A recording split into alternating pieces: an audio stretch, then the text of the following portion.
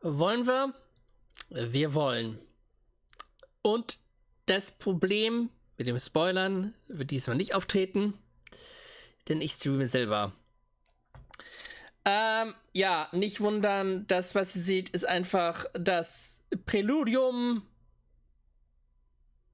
Keine Ahnung, was das ist. Ich lasse es einfach mal laufen, ohne Sound. Und, ja. Können uns darüber unterhalten. Ich bin momentan alleine da. Yuki hat sich freigenommen, vernünftigerweise. Ich habe keine Ahnung, was mit Lei ist. Aber wenn er nicht kann, ist das... wenn man vom Teufel spricht. Hi, Lei. Hi.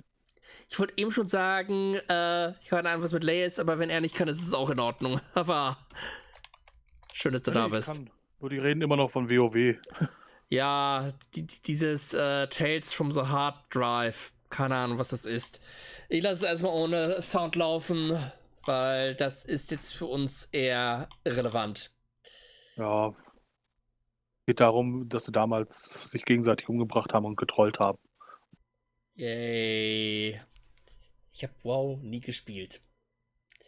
Ich glaube, ich habe auch nichts Großartiges verpasst. Hi, Zico. BB Zico. Satron wird ja wohl auch gleich da sein. Er wollte ja unbedingt die PC Game Show sehen. Er hat ihm im Chat geschrieben. Er hat eine Stecknadel fallen lassen. Ach so. Übrigens, aufpassen, wo man hintritt. Also, am besten auch nicht barfüßig auftreten, weil Stecknadeln in nackte Füße. Autsch, ouch, ouch. Deswegen habe ich meine nackten Beine jetzt auf dem Schreibtisch liegen. Das geht auch.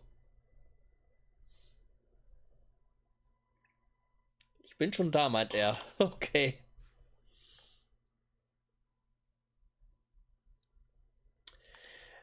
Also ich erwarte jetzt nicht allzu viel von der PC Gaming Show. Ich erinnere mich noch an die letzten Male und da gab es halt sehr viele Überschneidungen mit früheren PKs. Und ich denke, das wird dieses Mal auch der Fall sein. Aber was wollen die noch großartig zeigen? Es gibt ja nicht mehr so viele PC-Exklusivtitel. Ja. Und ich denke, die meisten Spiele wurden schon von anderen Sachen vorgestellt. Ich erwarte... die werden ja selber sowas präsentieren wollen, die Developer. Ja. So wie zum Beispiel die Volver, die dann eine eigene PK machen, beziehungsweise Präsentation. Also das sind meistens PC-exklusiv, oder? Ja, aber das ist nicht das richtige Umfeld für ein Bus-Simulator 3 oder so. Oder Gas Station Simulator. Vielleicht Goat Simulator 3. Ja, aber das ist doch mal was anderes. Oder Console Simulator. Ich habe bei Barrow gestern einen PC-Simulator gesehen. Also wo man halt sich selber einen PC aufbauen kann, halt simuliert. Ja. PC Building Simulator. Ja. Habe ich auch. Der ist gar nicht schlecht. Da baut man zum Beispiel auch PCs für E-Sport-Teams zusammen und muss dann spezielle Komponenten drin haben und nach Sponsorverträgen schauen, dass man auch deren Komponenten verbaut und die Leistung erfüllt für Spiele, dass es flüssig läuft, etc. Oh, mein Fire TV-Stick hat geschwiegen. Dann würde ich die nochmal überprüfen. Eventuell neu starten oder so.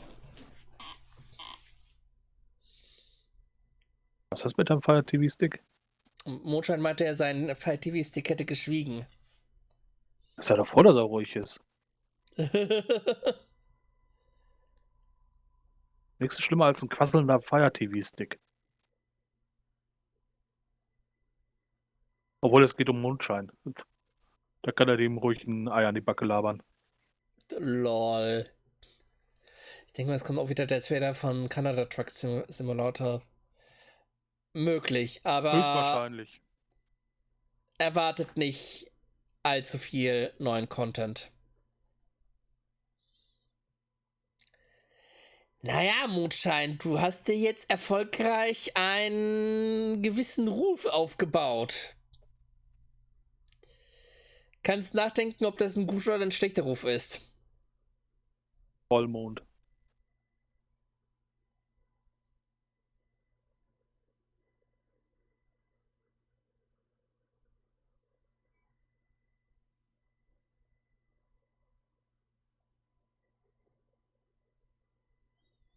Mein Gegen einen Leumund Neumond ist haben wir auch einwandfrei. Zweifel. Ich mach mal den Ton an.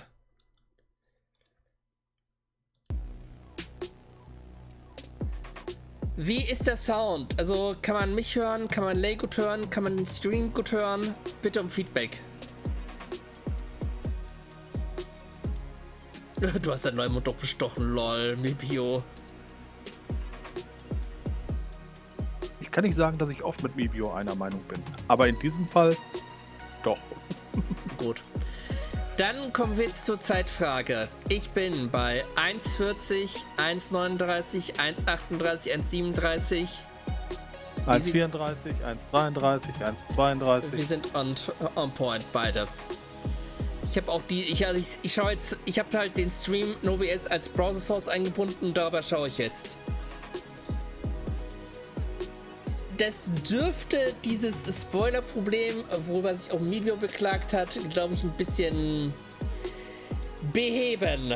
Naja, wenn du es selber streamst, schickst du ja auch das Bild zeitgleich mit deiner Stimme rüber. Ja. Dementsprechend wirst du nicht spoilern, wenn du selber streamst, nur wenn du bei mir bist. Aber ich habe, glaube ich, den Punkt gefunden. Ich habe nämlich bei mir, bei den Twitch-Einstellungen, kannst du geringe Latenz einschalten. Das hatte ich nicht. Und jetzt habe ich's. Hi Dashi. Hi Dashi.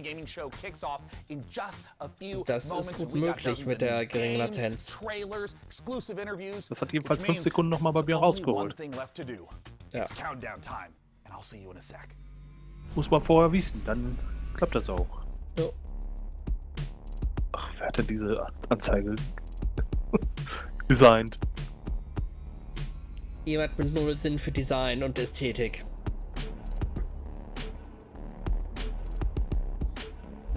Die geht ja aber echt nicht.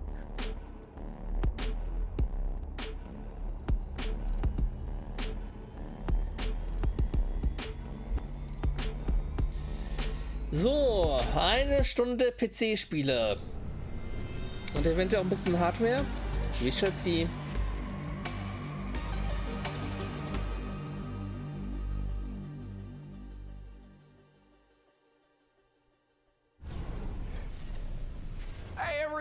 Welcome to the PC Gaming Show 2022. I'm Day9 still, one of your hosts, joined again by the amazing Mika Burton. Hi. While we may look like elaborate Unreal Engine renders, we are here in the flesh, as is the hardware, bringing you the best and brightest in the world of PC gaming. Over the next 2 hours, we are going to showcase a metric ton of 2 killer upcoming Stunden. PC games through world next premieres, 2 hours. exclusive interviews, and a few surprises along the way. And you, the folks at home, Steam might even Desk. be able to win yourself a fancy computer if you play your cards right. And now you may remember the last Steam time Deck. you saw me on this show, things ended quite literally explosively. Yeah. There was a robot who tried to destroy the human race, electrocuted me. I think I died. Definitely died. Either way, I'm not really sure. It was standard robot apocalyptic stuff, just minus the overbearing anime dad and existential crises. Yeah, well, actually, Hatte ich what letztens auch die happened to Mail, the dass DevBot? ich es jetzt Anyway, wasn't he kaufen supposed to come könnte. back for this show for, like, Revenge of the DevBot? Well, Nach he's 5 Tagen dead. war das dann We melted erloschen him und ich down habe die trying to 4 make our Euro, graphics die ich cards. It's still als hard to find, and I would say he's in a better Anzahlung. place. Anzahlung But I played geleistet habe, wieder Cyberpunk 2077 zurückbekommen. and he's not. Ooh, that's pretty dark for the start of the show. Ja, vielleicht werde ich mir das irgendwann mal holen, But none of aber that matters because the show ich bin noch ein bisschen actually took am place in Grübeln. parallel reality. All right, so you're telling me Also there's actually momentan habe ich eh multiverse? nicht das Geld According to dafür. the writers who told me this 5 Ich minutes habe momentan before auch we noch went keinen live. Nutzen davon. I am Ich habe eine saying Switch, there's a mit der bin ich multiverse. glücklich. Now apparently on Earth Bin eh 3. selten unterwegs, wo ich Not sowas speaking mitnehmen for würde. E3, 'cause this Also wenn show ich is unterwegs gonna happen. bin, habe ich lieber Oh, ein and Buch we mit are dabei. so thrilled to be als back jetzt as a part of Konsolen this oder weekend so. full of celebrations, Konsolen nehme ich auch nicht mit, gaming, wenn ich and unterwegs putting bin. the Auch nicht die spotlight Switch. on something near and dear to our Den hearts. 3DS hatte ich früher immer mit dabei, halt im And so Standby-Modus without any für further ado, Street Pass und time so. for my favorite Ja. part. Rated M for mature. Oh, Bloody Gore. I won't leave you. You're not a monster. Ja. Modus Games Presents. Sieht sehr JRPG-artig aus. Ja, ich dachte auch gerade im ersten Moment an Silver, falls du das noch kennst.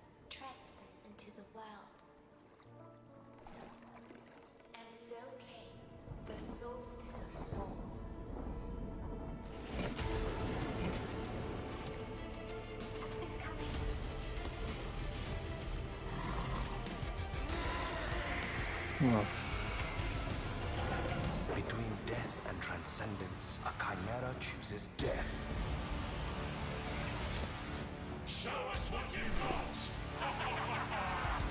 Female Berserk, würde ich fast sagen. Von der Rüstung vom Schwert her.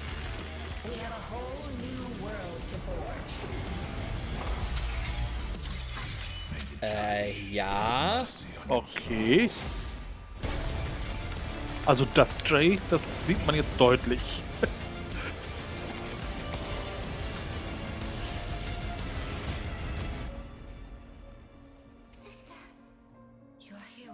Könnte eine interessante Story werden. Mich würde mal interessieren, ja, was ist das? Ist das Souls-like? Ist das RPG-like? Es ist... Dungeon Brawler, Diablo-mäßig. Könnte jetzt alles sein. Könnte auch Nier-mäßig sein. Ja. Ich meine, bislang haben wir überwiegend nur CGI gesehen. Ja, alles Cinematics. Aber die Story könnte schon catchy sein. Vielleicht eine neue IP. Solstice.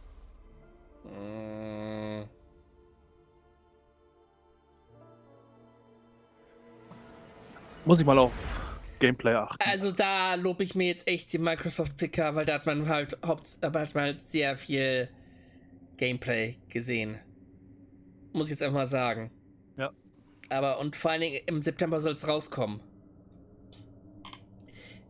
Wieso kaum Gameplay? Sorry. Ja, besonders wenn sie jetzt eine Demo schon bald anbieten, die man sich registrieren kann. Dann hat man doch Gameplay. Ah, die Grafik, die hatten wir auch gerade. Ja, und das ist Gameplay, das ist gut. Ja. Ich habe das Spiel schon auf der Wunschliste. Okay.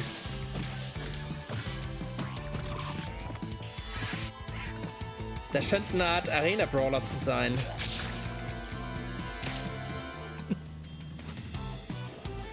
Rockwood. Ja. Ja. Early Access, keine Ahnung wann. Tactical. Breach. Wizards.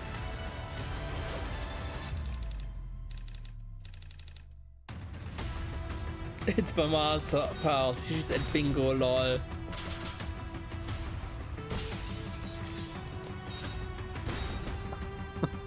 Zico, dich habe ich wirklich angefixt mit dem Spiel, ne?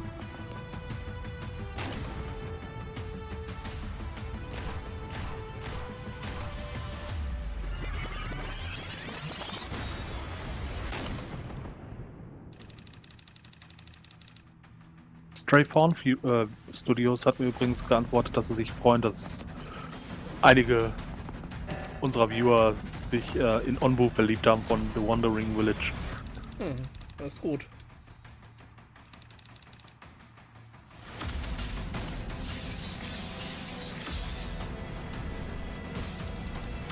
Lol. Ich mag den Humor dieses Spiels, das wir jetzt gerade sehen. Ja.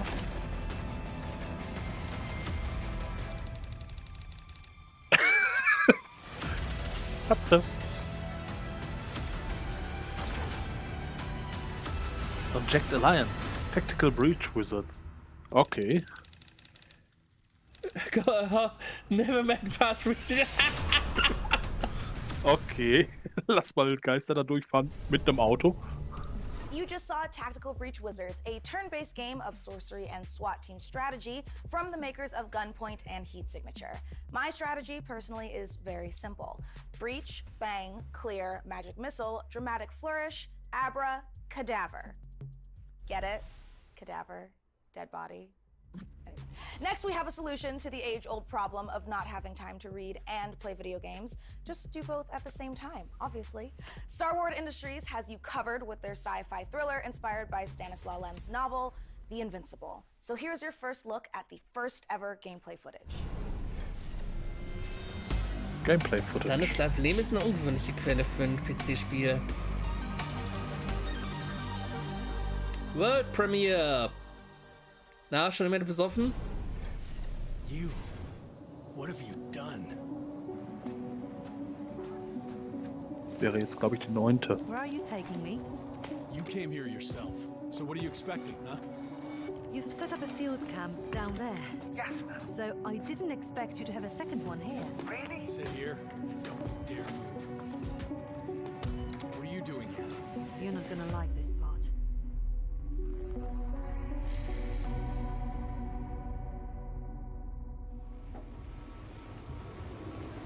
Early Beta. Ja, aber Ingame Footage.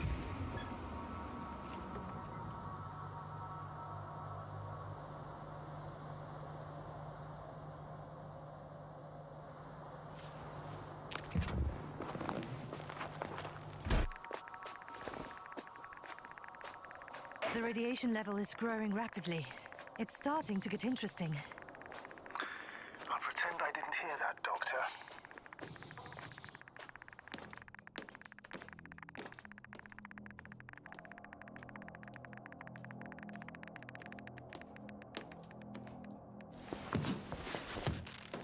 Sieht auf jeden Fall interessant aus. Ja.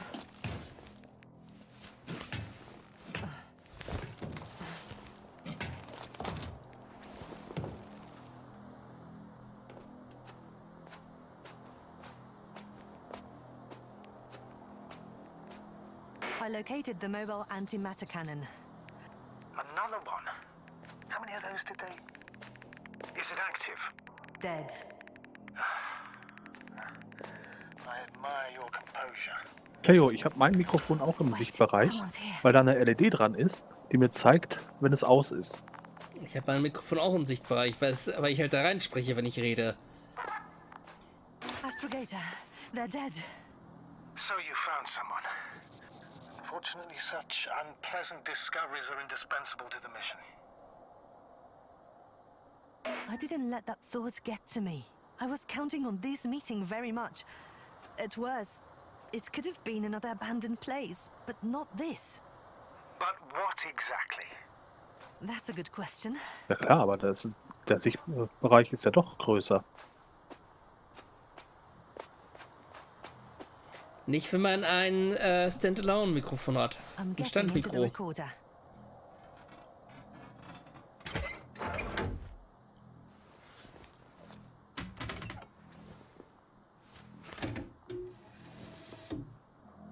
What do we have here? Wer hatte das heute nochmal mit Singleplayer-Story They spielen? made their way through with a beam of antimatter. How subtle. War das nicht Saturn? Did you locate this passage? Keine Ahnung.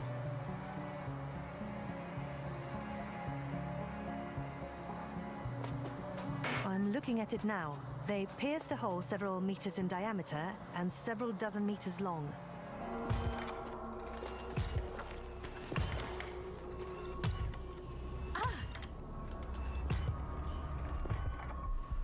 Yasna, do you hear me? Yes. My head feels like it's bursting from pressure.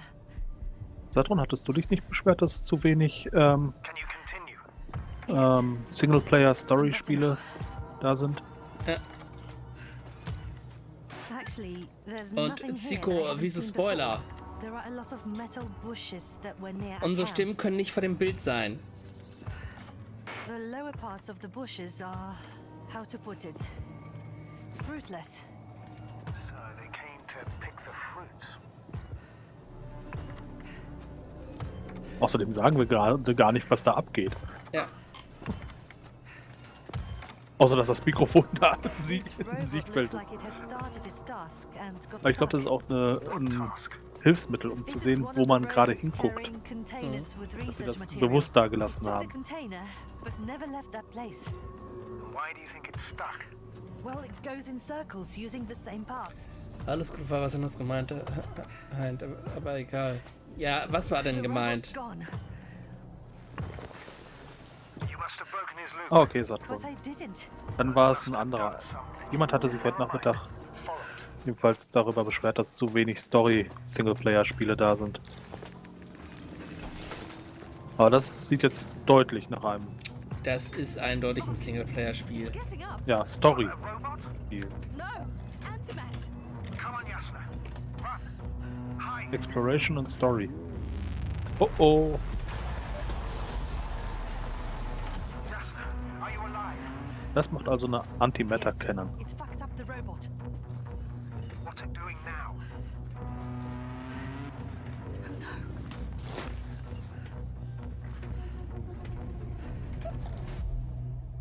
Take care of our people, Novik.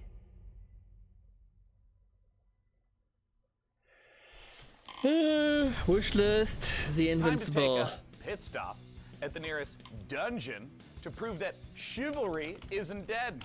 And if you think I emphasize those words weirdly, you're right. And it'll all make sense momentarily when you see these next 4 games, especially when you hear from our friends at Tripwire Interactive. Roll that Zico, beautiful alles gut. footage. Okay, schlaf gut, mein Lieber. Nah, Sega? you don't have what it takes. Amplitude? You'll be back here too scared Amplitude? to try again.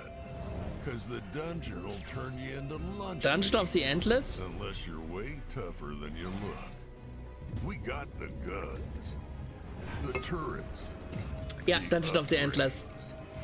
But what you really need, Der nächste Teil des Endless-Universums. grab your posse and say your prayers. Ja, Endless Dungeon. Be the first to play. To die. To give your feedback.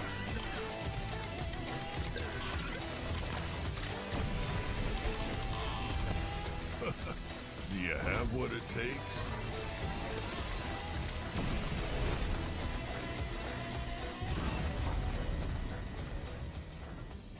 Ja, Endless hat mich irgendwie nicht ganz gecatcht. Ich finde die Mythologie dahinter so genial, weil es halt wie.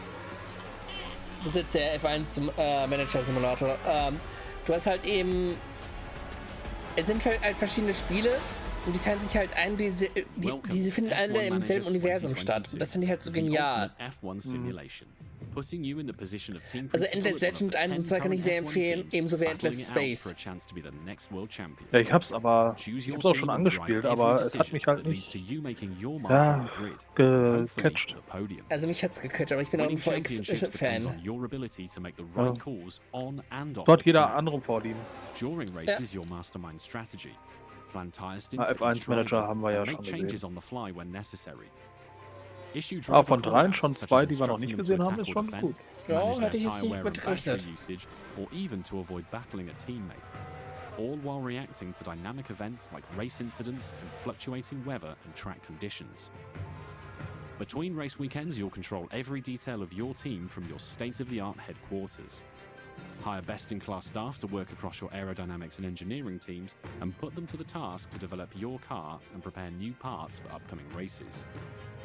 Optimize your finances to keep the board happy, improve and maintain your facilities, and scout talent from F2 and F3 to try and ensure Ja, scheint schon ein tiefergehendes Menü dahinter zu sein. Ja. Wenn du dir mal die Reiter anschaust und oben die Tiefstufe ist eine Reiterstruktur. Ja. Definitiv. To the condition of your wind tunnel. How you analyze the data and choose to spend your resources will make or break your progress. You'll find depth and detail in abundance, even down to real-world team radio messages between drivers and engineers, and race commentary from David Croft and Karun Chandok, while broadcast-style presentation showcases 2022's striking new car design with real trackside and onboard camera angles. The sleek management menus and intuitive controls will drive the immersive F1 fantasy home as you plan and execute the perfect strategy in F1 Manager 2022. Pre-order the digital version now for early access from August 25th.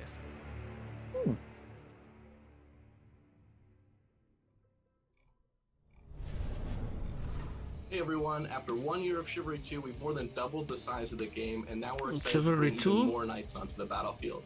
Because today, right now, Chivalry 2 is out on Steam with crossplay between all platforms. Crossplay. Ist immer This was is our Gutes. biggest update to the game yet, and it brings players to an all-new desert theater of war, and best of all, brings us horses into Chivalry 2 in mounted combat. We want to thank our community for making the game the success that it's been so far, and if you haven't played it yet, now is the best time to check out Chivalry 2. Take a look at our new trailer that shows off the new update and its Nosian invasion.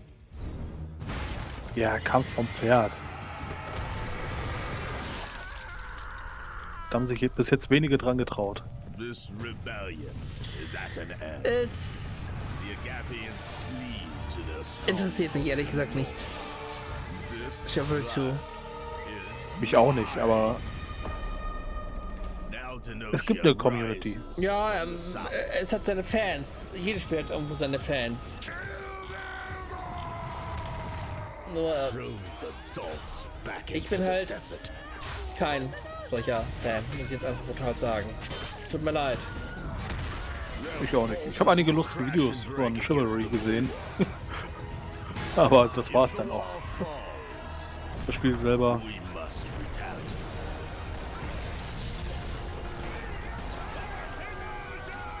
Ready the ships. Long has Senosia remained safe from my fury. Ich habe ja auch gesagt, weniger haben sich dran getraut. Und bei vielen, die sich dran getraut haben beim Kampf vom Pferd, naja. Also das war eben merkwürdig. Der hat zugeschlagen und der Typ war noch weit entfernt. Trotzdem ist er halt getroffen und vom Pferd gefallen. Ja, Glitchfehler. Ja, sorry, sowas fällt auf. Hi everyone, I'm Phil from Sweet Bandits, live from Quebec City. Really glad to be here today for the PC gaming show. We'll be showing the first trailer for our game, Deceive Inc. It's a multiplayer competitive spy game where you get to use social stealth, high-tech gadgets, and powerful spy abilities to try and get the upper hand. We've had the chance of working with Tripwire Presents on the project, so this is only the beginning. Please follow us on social media at Play Deceiving to learn more. We'll be releasing the game in early 2023 on PC, Xbox Series S and X, and PS5.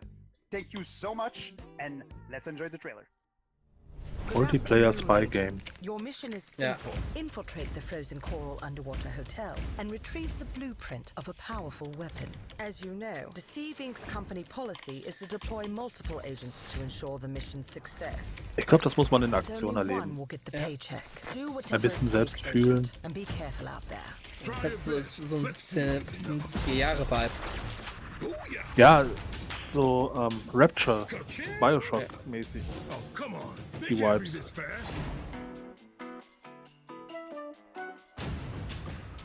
And they thought it was secure.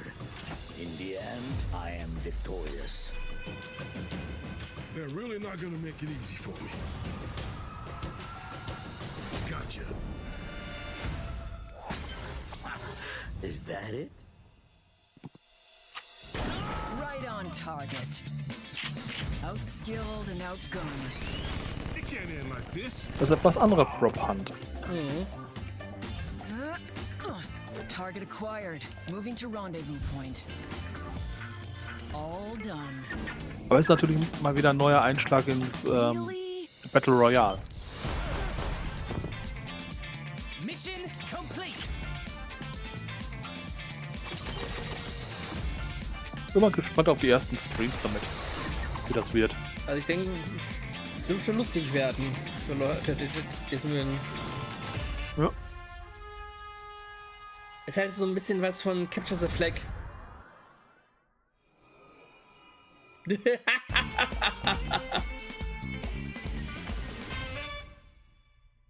Hi Metal Guy. Du hast das böse F-Wort gesagt. Do you ever have a reoccurring dream that you really wish would come true? I mean, mine personally involves a flight of unicorns and a Valkyrie army on Pegasuses, but you know, yours may be different. But, you know, somehow I doubt it. This year, we've partnered with the PC builders at iBuyPower to bring a very different dream to life. My dream PC room. Unfortunately, there's bad news for me. I don't get to keep it. But very good news for one of you. We're going to be giving the entire contents of this room away to a lucky winner watching the show. So let's dive in and see what's up for grabs. The beating heart of any PC gaming dream room is, of course, the rig, so let's start there. As you can see, the mad geniuses at iBuyPower have built an absolute doozy. The first thing you'll notice is that height Y60 case with its wraparound tempered glass panels. Sieht This aus wie thing ein is built Aquarium. from the ground up to display the sickest PC tech you can squeeze into a desktop machine. And let's face it, if you've managed to bag a serious graphics card in these dry times, you owe it to the silicon gods to show it off properly. Okay, the case and lighting looks dope, but for this to be a true dream PC, we need more than just state-of-the-art drip. Luckily, the substance matches the style. So let's check out the guts of our dream PC, and trust me, there's plenty of power crammed in. The big question, though, is what pixel pusher iBuyPower has used, and you won't be disappointed with an overclocked RTX 3090 from Gigabyte, right? This 24GB monster of a GPU packs the cooling to stay chill and the power to smash through any game you Ich bin throw sicher, at das it. interessiert irgendwelche Leute, aber mich interessiert das jetzt gerade nicht. Ich bin wegen den Spielen da. Any superstar needs some dope backup, and the fastest Aber gaming irgendwie müssen sie ja auch Geld machen. the Intel 5.5 GHz Core i9 Vor allen Dingen bei mir wird es zum Weiten dauern, bis ich mir einen neuen PC leisten kann. DDR5 RAM and Dito. 2 terabytes of seriously fast SSD storage, both from ADATA, makes up the perfect support team. Whew, that is a whole lot of PC. But Mika, you may greedily wonder, what about the peripherals? Well, animal lovers, we got you covered. Because the Height Eclipse wireless headset comes in plush vegan leather trim. Das kann man doch nicht machen, man verkauft einen schwarzen PC. Beziehungsweise man verschenkt einen schwarzen PC. Schwarze Tastatur, schwarze Monitore und dann weißes Headset. Oh, I'm sorry, what was that? RGB? Well, of course! The keyboard and mouse both light up like Atlantic City on a Saturday night. And yeah, you can turn it off so you can actually get some sleep. You can find out more about this gear feature today over at iBuyPower.com, but I know what you really want to know. The info on how to win this beastly setup. So here are the Ja, und details. glutenfrei, Zico. Thanks, Mika. Bleib Yes, mir weg folks, damit. it couldn't be easier to enter our Dream PC giveaway. For your chance, just Ich meine, das head over Setup sieht to schon nicht schlecht aus. pcgamer.com/dreampc So habe ich es nämlich hier and auch. follow Einen the größeren simple instructions. Monitor. There you'll Ich habe find einen a 2K complete und kein breakdown of 4K, the aber price, which, reicht mir auch. don't worry, In der Mitte und also dann comes rechts with und links some jeweils very einen squishy einzelnen monitors as well as the eligibility rules. Good luck, 1K-Monitor. That is right. Just head over to Ist schon pcgamer.com/dreampc nice to for have. your chance to win. But for now, let's get back to the games. From Kepler Interactive and A44 Aber mein Games Headset ist comes schwarz. Flintlock, The Siege of Dawn. An Mein action Headset ist Sekunde. Ashen, where gods and guns collide. Schwarz mit blauen Highlights. When the gods first emerged from the great Das hatten wir eben schon bei der Xbox-Präsentation. Ja. Instead, they unleashed a pestilence on our world. No one yet knows if you can kill a god. I, for one, intend to find out. Mit dem süßen Fuchs. Ja. Bin immer noch gespannt drauf.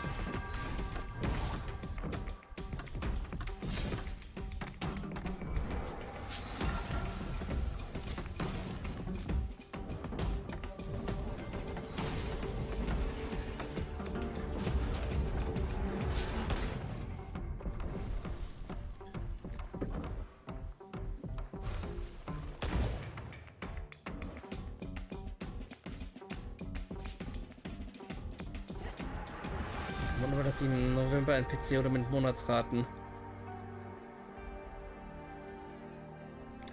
Ja, muss man sehen. Weil zum Glück mein PC tut's noch. Also der ist jetzt auch 5 Jahre bald alt. Aber ich habe den halt damals halt wirklich so eingerichtet, dass er halt Zukunft hat. Also ich glaube 64 GB Arbeitsspeicher und so.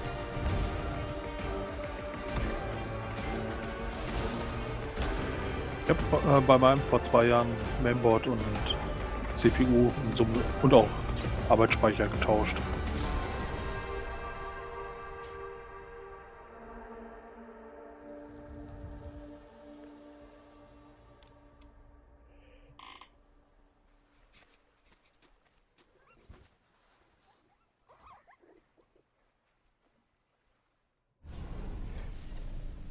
Hey PC Gaming Show, I'm Derek Bradley, the CEO Hallo, of Derek. 844 Games. Meine auch, der aber auch was kostet mehr als neuer PC. Ja, neuer PC würde ich auch mal dann holen.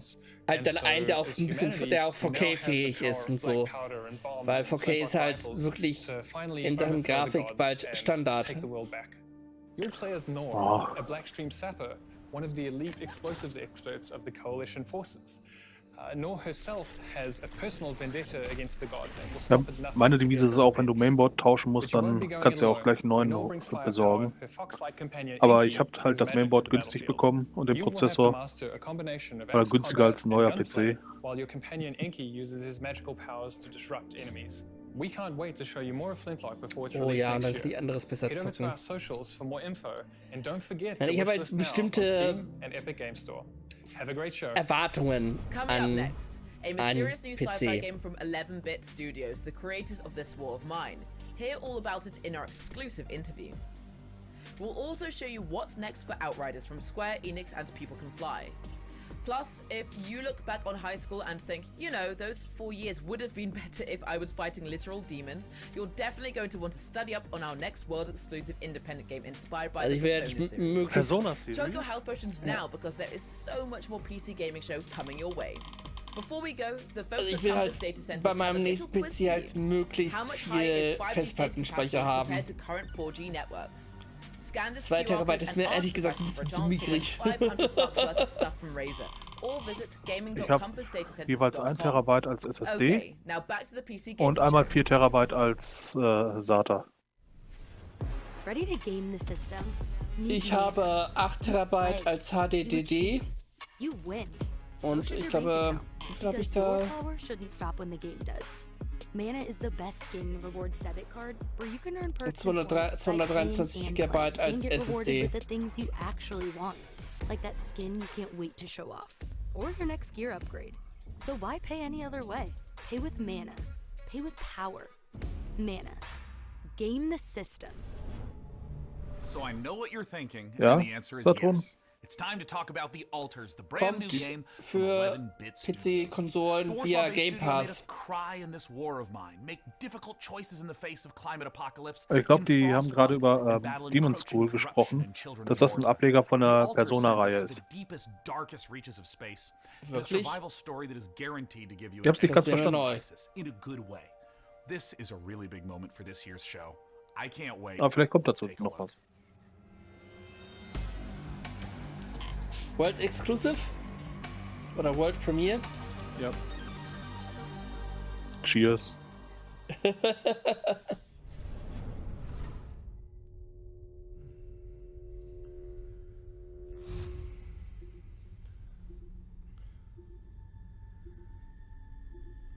Alter. Ja. Wurde eben schon angekündigt. Ja.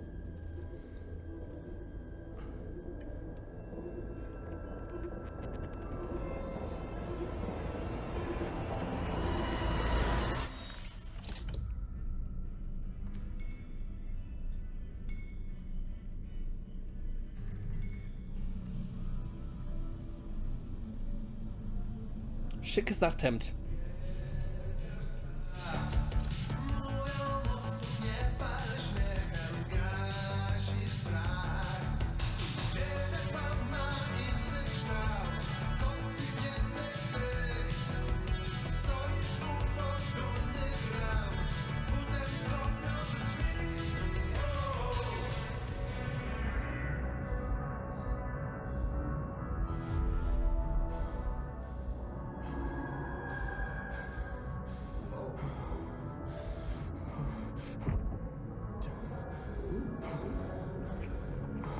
Alles er. Ja. Klonkolonie.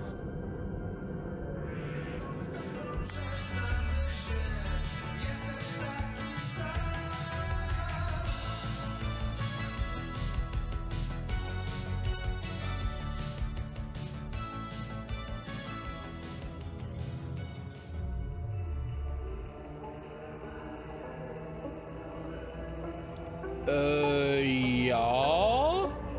Okay.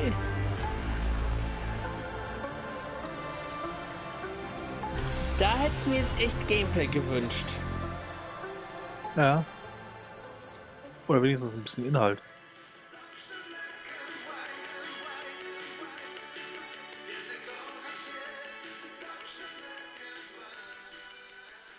Nicht, dass es sowas wie Returnal wird, dass du mehrfach sterben musst, um mehr freizuschalten. Ah, okay, jetzt wird darüber geredet. Welcome to the PC Gaming Show, and thanks so much for joining us. Thank you so much. Hello. Okay, there is a lot to unpack there. We got clones, we got this huge wheel. Tell us, what did we just see? Well, first of all, these guys were not exactly the clones. We saw Jan, our main character, who's traveling with a group of the alters, who are the alternative versions of the same person. And they are going through this distant alien planet in their mobile base, which was the wheel you saw at the end. So what's the player's goal as they're progressing through the story? So you are a space builder stranded on this distant planet, and your goal is to survive and find a way back home. But the thing is, in order to do so, you need to create those alters, as each one of them have different set of skills and character traits. So these are things necessary for your survival and finding a way back home. So from the trailer, tonally this could be a horror, a thriller, a mystery. What should players expect? Actually, there are bits of everything you mentioned. Like, there is this mystery as we're looking deep into the soul of the character, but what you find there can also be pretty Show, scary. don't tell. There are those beats of psychological horror and drama, but then on top of it we have this quite thick layer of surreality. I mean, how surreal would it be to one day, you know, wake up next to a little different alternative version of your very self? Now, there's a quote that you shared with me earlier, that the man cannot remake himself without suffering, for he is both the marble and the sculptor. How does this quote relate to the story? So this quote, it relates directly to the main theme of our game. We as people, we are shaping ourselves every single day with every single decision that we are making. This process, the whole process of becoming who we are, it can be quite painful at times.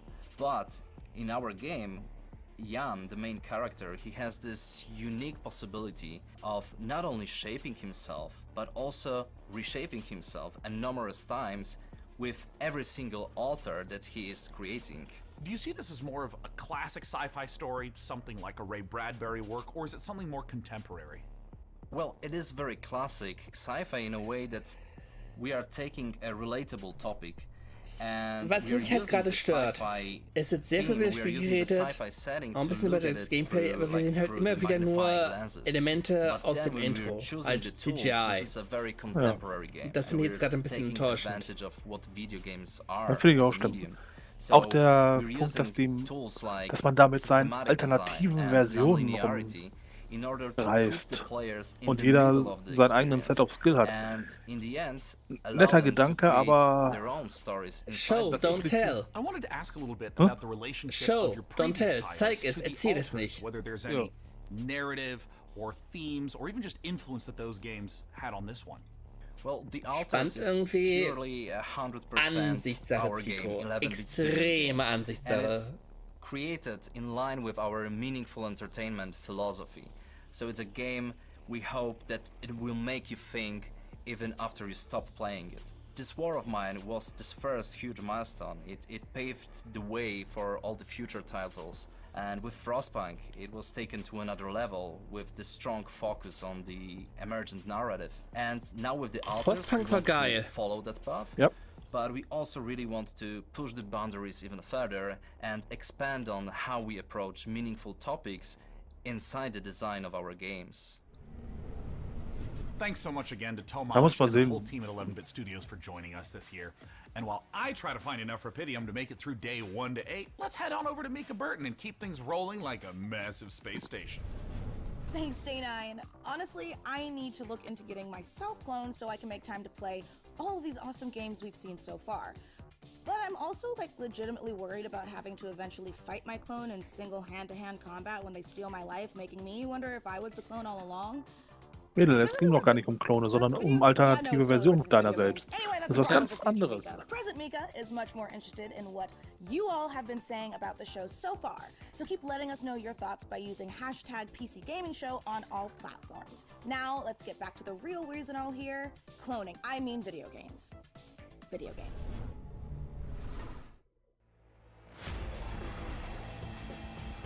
Das sieht nach Outriders aus. Ja. Ja.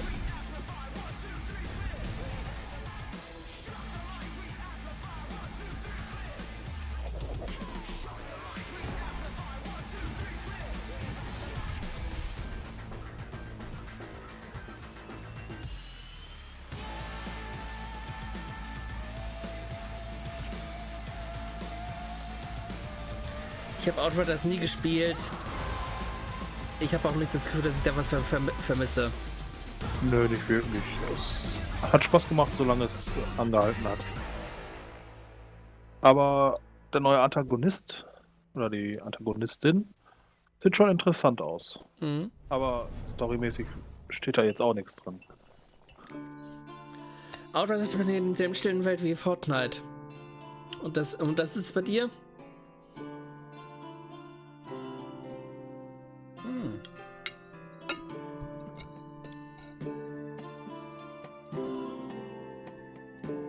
Okay, wir stellen jetzt mal ein Minigame vor zwischendurch. Mittelalterliche Händler? Nicht gut. Da stimme ich dir dann zu, Zico. Naja, Fortnite ist gut. Nur die Community ist halt nicht gut, weil die aus präpubertären Menschen größtenteils besteht. Also, gefühlt jedes Spiel, was halt irgendwie großartig erfolgreich ist oder so, sei es Fortnite oder sei es LoL oder so, hat irgendwo eine toxische Community. Potioncraft. Okay. Sure. When TinyBuild lets you open your own medieval potion shop, you get hailed as a master alchemist. But when I do it, genau, I get a sternly worded letter from my landlord about how my cauldron violates our lease agreement. Whatever, it's his loss. But more importantly, folks, we promise you the maximum amount of games humanly possible. And we Also aim to Zico, deliver. das Spiel mit F wird nicht mal genannt. Hunde, Maulwurf.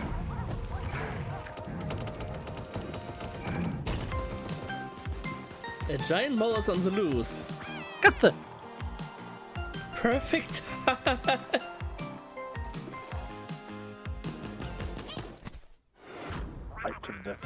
Ach ja, das ist doch auch so ein Battle Royale. Sieht nett aus. Animal Royale Season 4. Oh Gott. Hotline Miami? Nitro-Kit.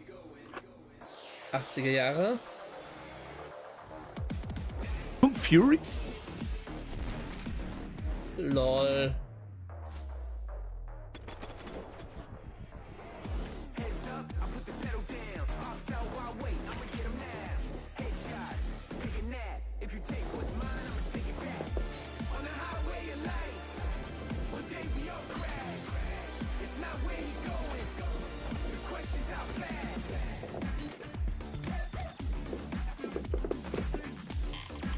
Okay. Das sieht interessant aus. Aber auch schon wieder ein Kartenspiel.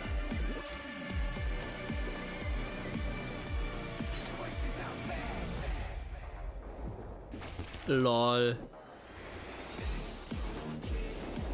Nitro-Kit. Nitro-Kit. Wishlist.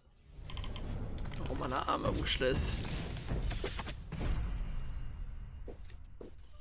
Before your eyes lies the Celestial Islands, a world of peace above the clouds, protected by 4 great houses.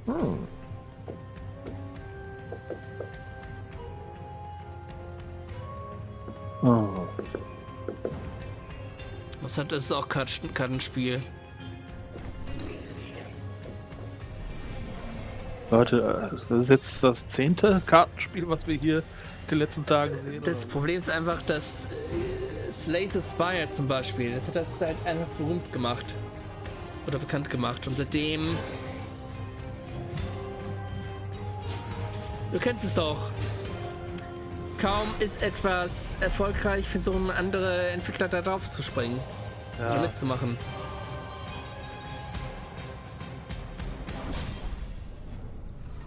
Partial nudity. Blood and gore. Planet Earth, our beautiful home.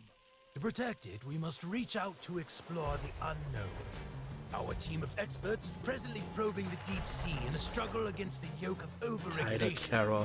These security and defense innovations allow you to shrink any problem down to size. We surge forward, obliterating the enemies of progress, but we refuse to let these victories go to our heads. We are Ich dachte gerade an Killing Floor.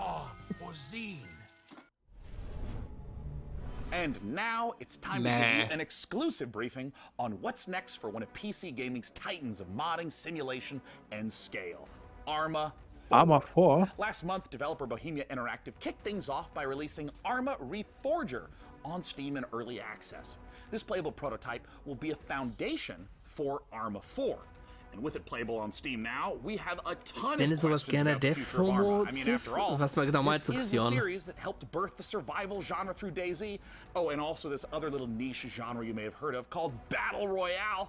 To help us peer into the future for this project, we've got none other than Bohemia Interactive. Thank you so much for joining us. So as of right now, Arma Reforger has been out for about a month. What is it that you've been learning or seeing from players? At first, we've learned that players like Reforger a lot and they appreciate the work we've put into it. We also realized they like modding a lot and they review this as a key quality of our games. And we were very pleased by the reactions of both our community and the new players who immediately started flooding internet with videos, playthroughs and praise. Das ist auch wieder, hat seine Fans. Der Fear of Missing Out. Okay. Macht Sinn. Also Arma 3 hat eine beständige Community. Und die sagen ja jetzt, dass sie bei Arma 4 oder Reforger auf die Modder-Community setzen, beziehungsweise das stark unterstützen. Und das finde ich schon nicht schlecht.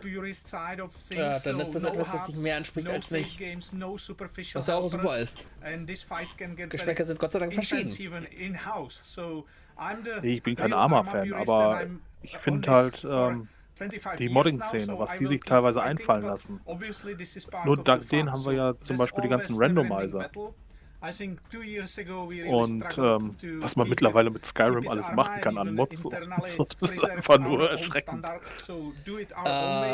The Completionist, als der Skyrim mal wieder durchgespielt hat, der hat auch seine Version massiv gemoddert. I'm curious if you can speak to what the main goals of Reforger is, because it's a little unusual compared to other releases. I mean, for instance, how much content should a player expect if, say, they've been playing Arma 3 for years? Wir werden es sehen, Mondschein. Wir werden es sehen. Das Spiel ist noch nicht draußen.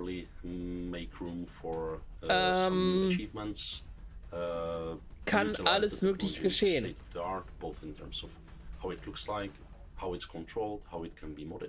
Ist noch ein ungelegtes Ei. Ja. Ich weiß, Bethesda hat einen gewissen schlechten Ruf, den hat es sich in den letzten Jahren erfolgreich aufgebaut, und aber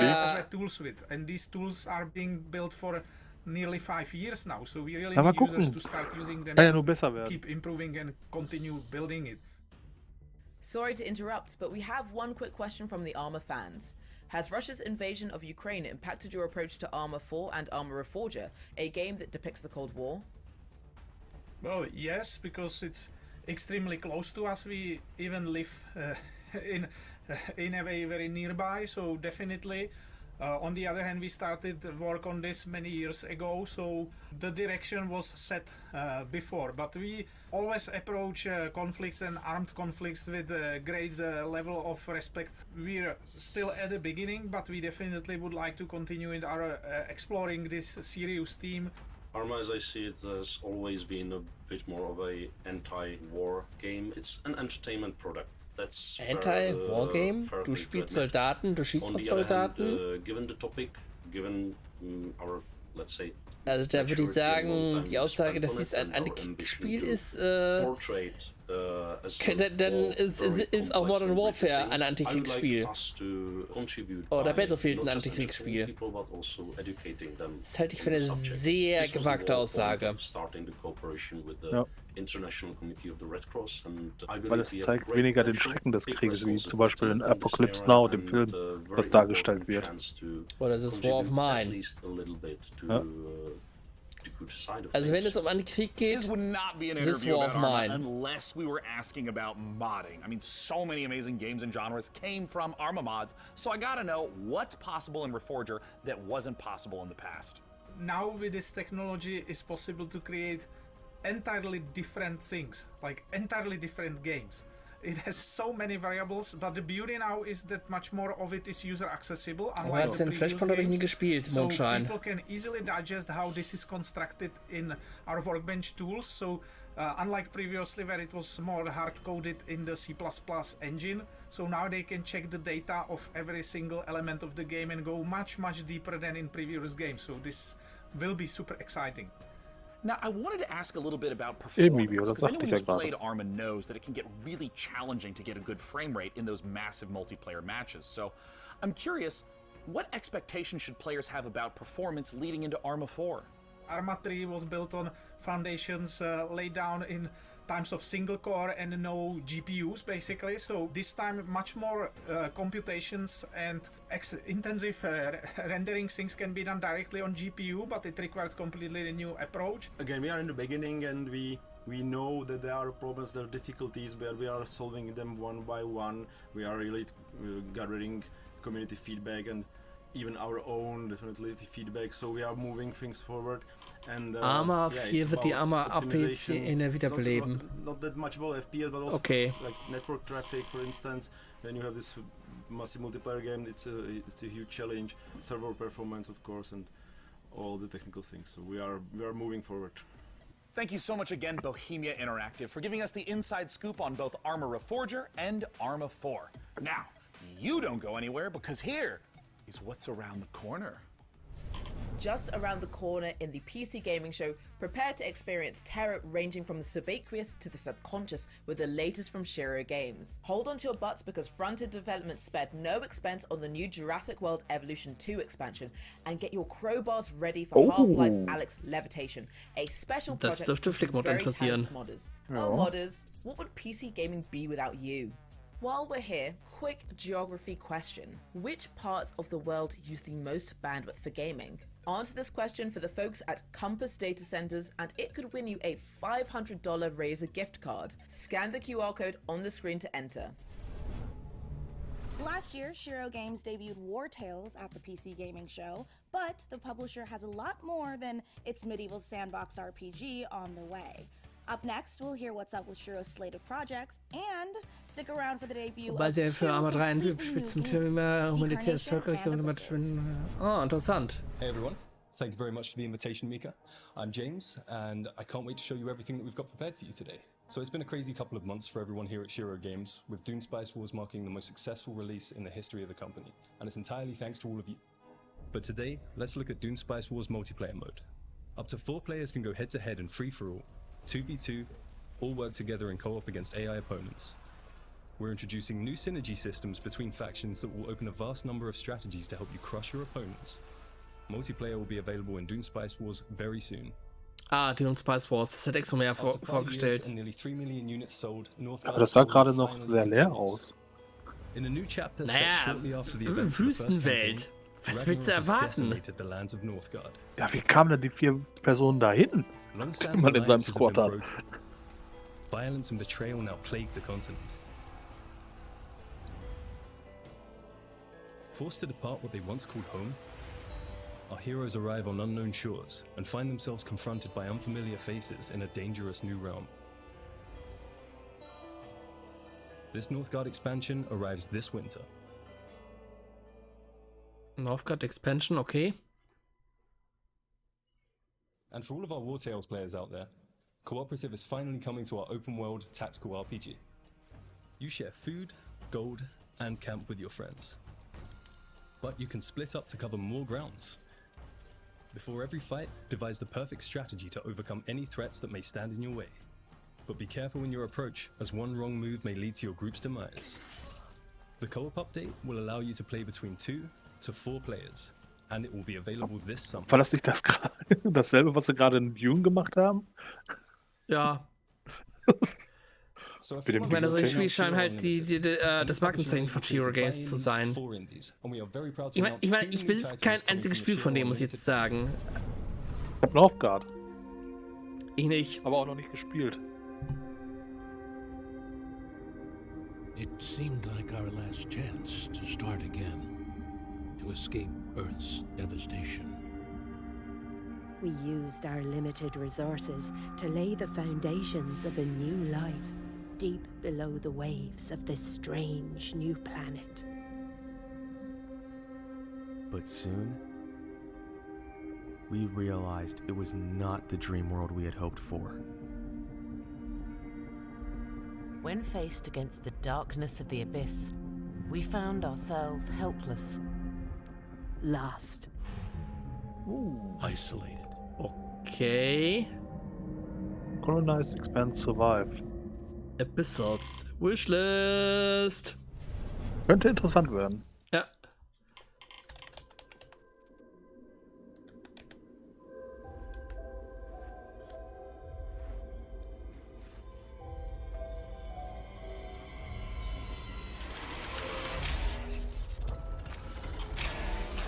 Psychologischer Horror.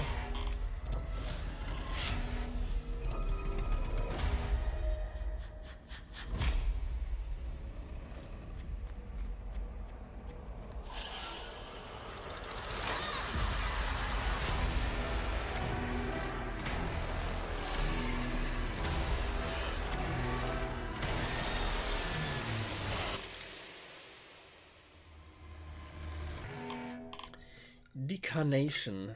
Also nicht Reincarnation, Decarnation. Thank you very much for sticking with us, everyone. We hope you enjoy the rest of the show.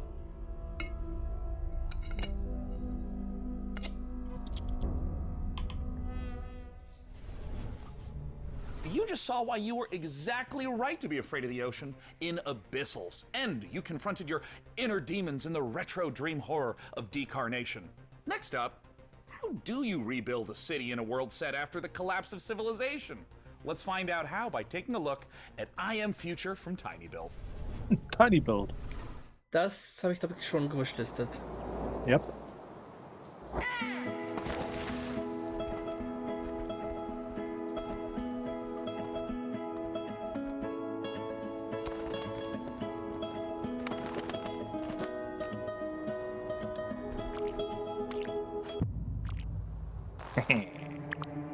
Oh.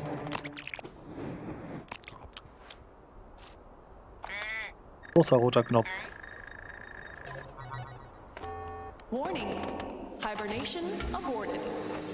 Your total hibernation time was 6 years, 6 months, 5 days. Welcome to Eden, your new home. I have no idea where the hell I am. But damn, this place is gorgeous.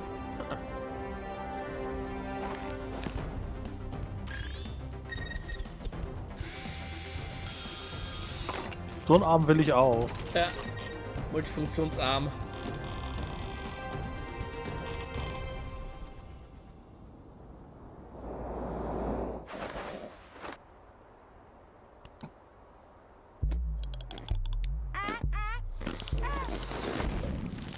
LOL.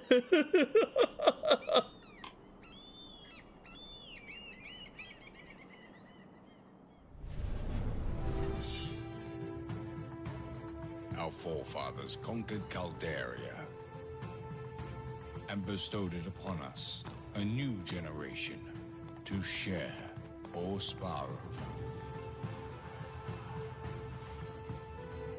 Our great houses seek to obtain the Emperor's favor, cultivating our lands and subjects to improve and enrich the realm, beginning with ourselves, of course.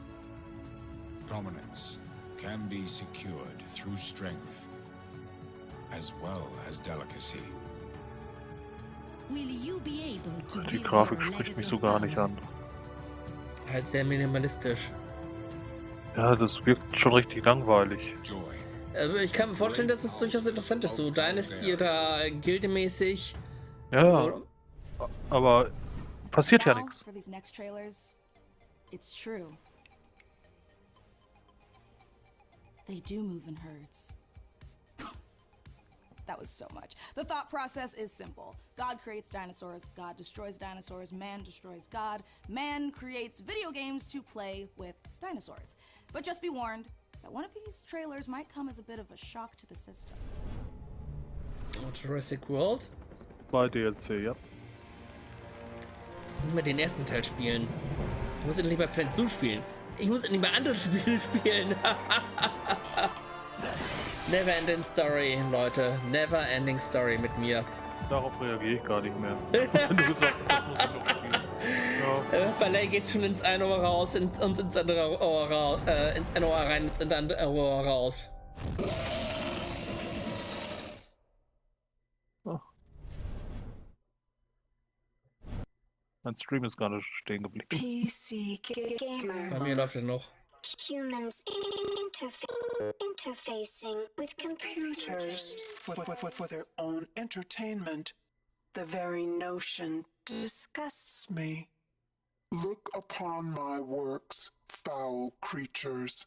Remaster Disc 5120 GB. It's a beautiful day on Citadel Station. Citadel Station. Humanity is on the verge of a new era. I, Shodan, and its new goal. System Shock. Look at you. Ah Mann, wieso buffert das jetzt gerade bei mir? Ah, jetzt habe ich Werbung. Toll. So, ich habe kurz refreshed. Nothing. I create. I iterate. I fuse flesh and steel into perfection.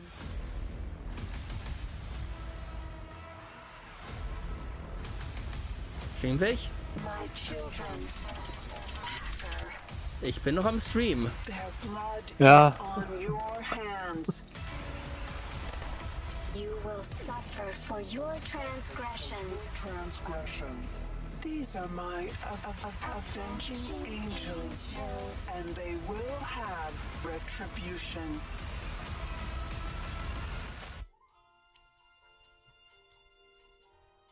System Shock, wann? Ich will wenig Ping. What an incredible, frankly horrifying trailer. Developed by Night Dive Kein Studio, Erscheinungsdatum. System Shock is the return of a schon beloved, wieder vor mir. acclaimed sci-fi saga. Today, to take us even further inside the world of System Shock, I am thrilled to welcome the one and only Warren Spector. Thanks so much for joining us, Warren. Hey, thanks for having me. This is going to be fun. In terms of trying to translate the experience of a game from 1994, 3 decades later to now, Naja, what Xion. doesn't carry Veni over wurde jetzt nicht The gepinkt. first thing is the graphics, obviously. We did the best we could, but Weil it ich habe was kein pretty primitive Erscheinungsdatum, back then. sonst würde ich jetzt wenig And the other one is anpingen. the user interface. If you look at when the game opened, the original, a help screen that came up, and it filled the entire screen with text. It's just a thing. I don't know how the guys at Night Dive did it. It's amazing. But frankly, as I think back on it, the game actually holds up pretty well. I'm excited to see it come back. Just wondering if you think many modern gamers are aware of the impact that System Shock has had in terms of gameplay systems, in terms of narrative structure, on so many games that came after it. I'm not sure people see the influence, which is a little unfortunate. But I think the rest of the world is going to get the chance now to experience it, and I think they'll see not just that they're having fun playing this game, but also see that other games. Aber System Shock hatte schon Nowadays, we walk around with hohen computers in our Einfluss. pockets. Ja. We're worried about the evil of Hör algorithms. ich immer wieder. What do you think about a character like Shodan in Ja, System 2022? Shock, Deus Ex und so. Showdown seems far too close to reality to me right now. And let's just hope that she doesn't show up as nasty a form as she did back in 1994. Oh ja, Warren, I wanted to die thank müsste ja you jetzt so much for joining us, and I want to let you know so I toll cannot wait ausschauen im to return Remake. back to that world I played and enjoyed so much as a kid. Cheers. Yeah, I can't wait to return to that world.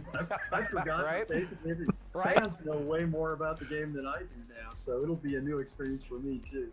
Thank you so much again, Warren Spector, for joining us to talk all things System Shock.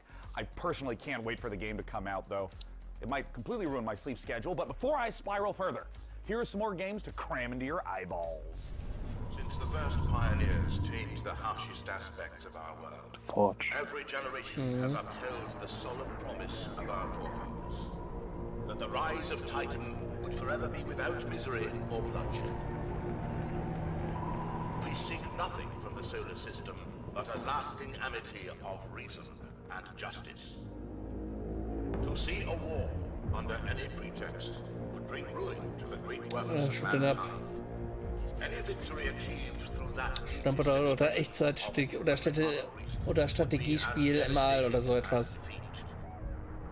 we have but a singular purpose: to establish peace and security for all mankind.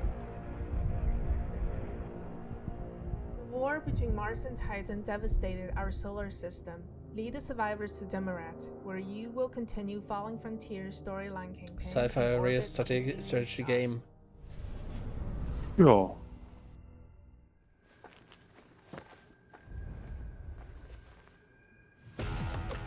RTS ist ja nicht unbedingt was Schlimmes.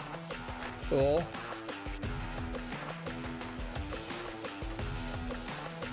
Aber das haben wir auch schon gesehen. Ja, haben wir auch schon gesehen. Ja.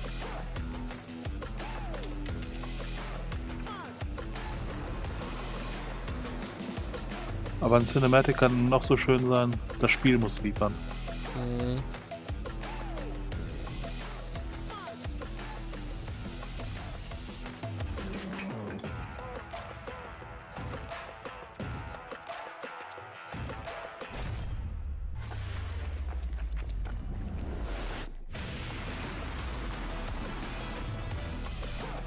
Das ist mal ein Afterburner.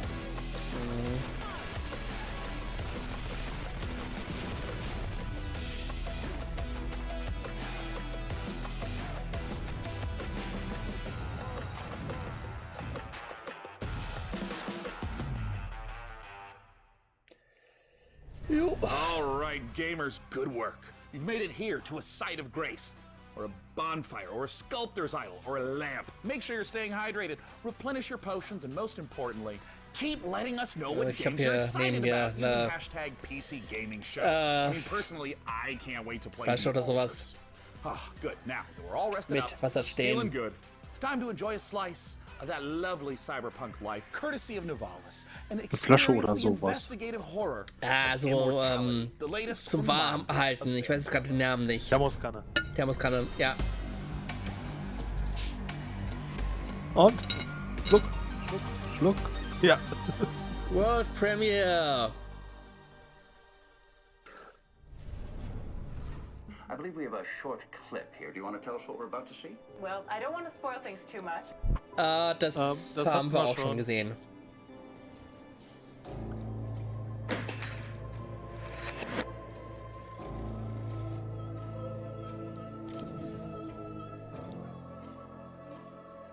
Does this work as confession? Wo ich immer nur Fragen habe, worum es da eigentlich geht und was das Ziel ist.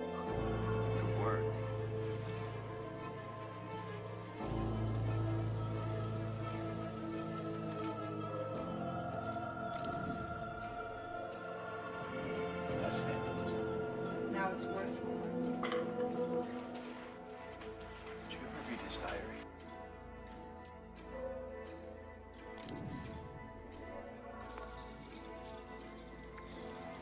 Ja, das ist eine gute Frage, Mivio.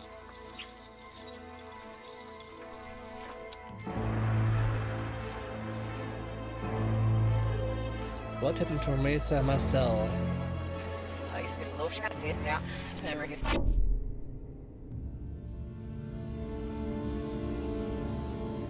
What haben sie?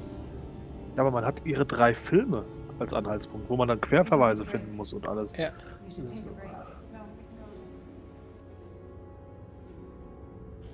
Das soll wohl auch verwirrend sein. 26. Juli. Oh, Cyberpunk-Welt.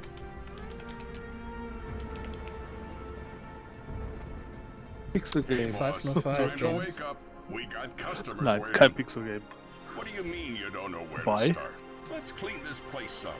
Move some chairs and tables around. We can make this place shine again. If the weather gets bad, we can grow some veg in the greenhouse. Once we start making real money, well, then you can rent that fancy new apartment in Midtown. So make friends, make enemies. If customers are rude, just turn on the old charm. Or water down their drinks. I'm not your conscience.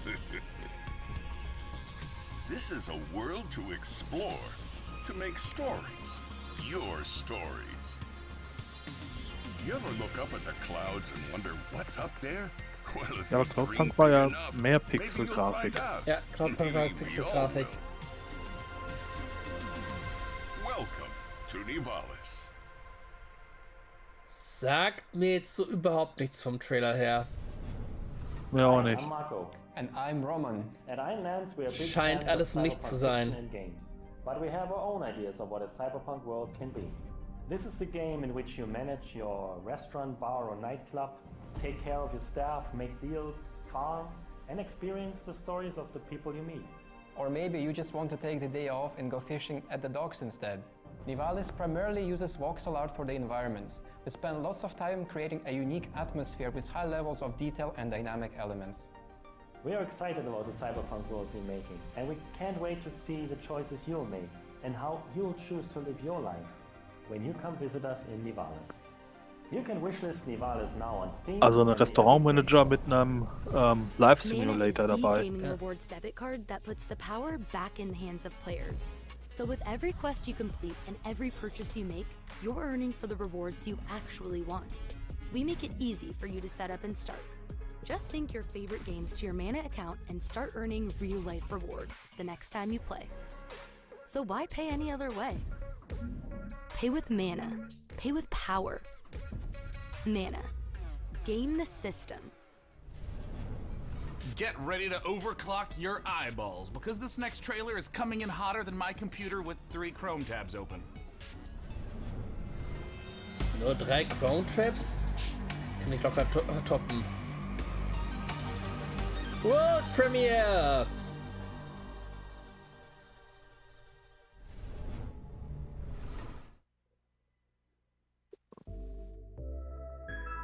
Microsoft.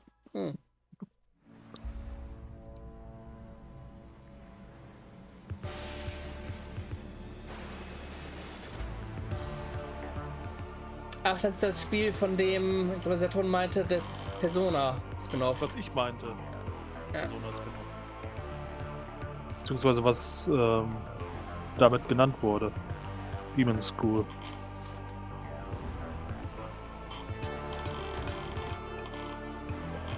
Ups, ein Pin auf der Karte, da spart man sich den Kopf, lol. 3 Chrome-Fenster auf mit insgesamt 30 Tabs. Ich glaube, ich habe 2 Chrome-Fenster offen mit 400 bis 500 Tabs.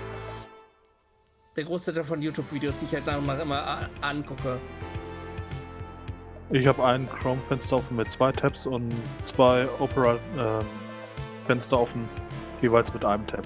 Ja, ich habe noch Opera GX offen, ich habe noch Opera offen und noch Firefox offen. Ja, Opera GX ist für Twitch recht geil, ne? Also damit habe ich weniger Probleme und frisst auch nicht so viel Ressourcen. Ist wirklich schön dafür optimiert, muss ich sagen. Ja. Das implementierte WhatsApp ist auch nicht schlecht.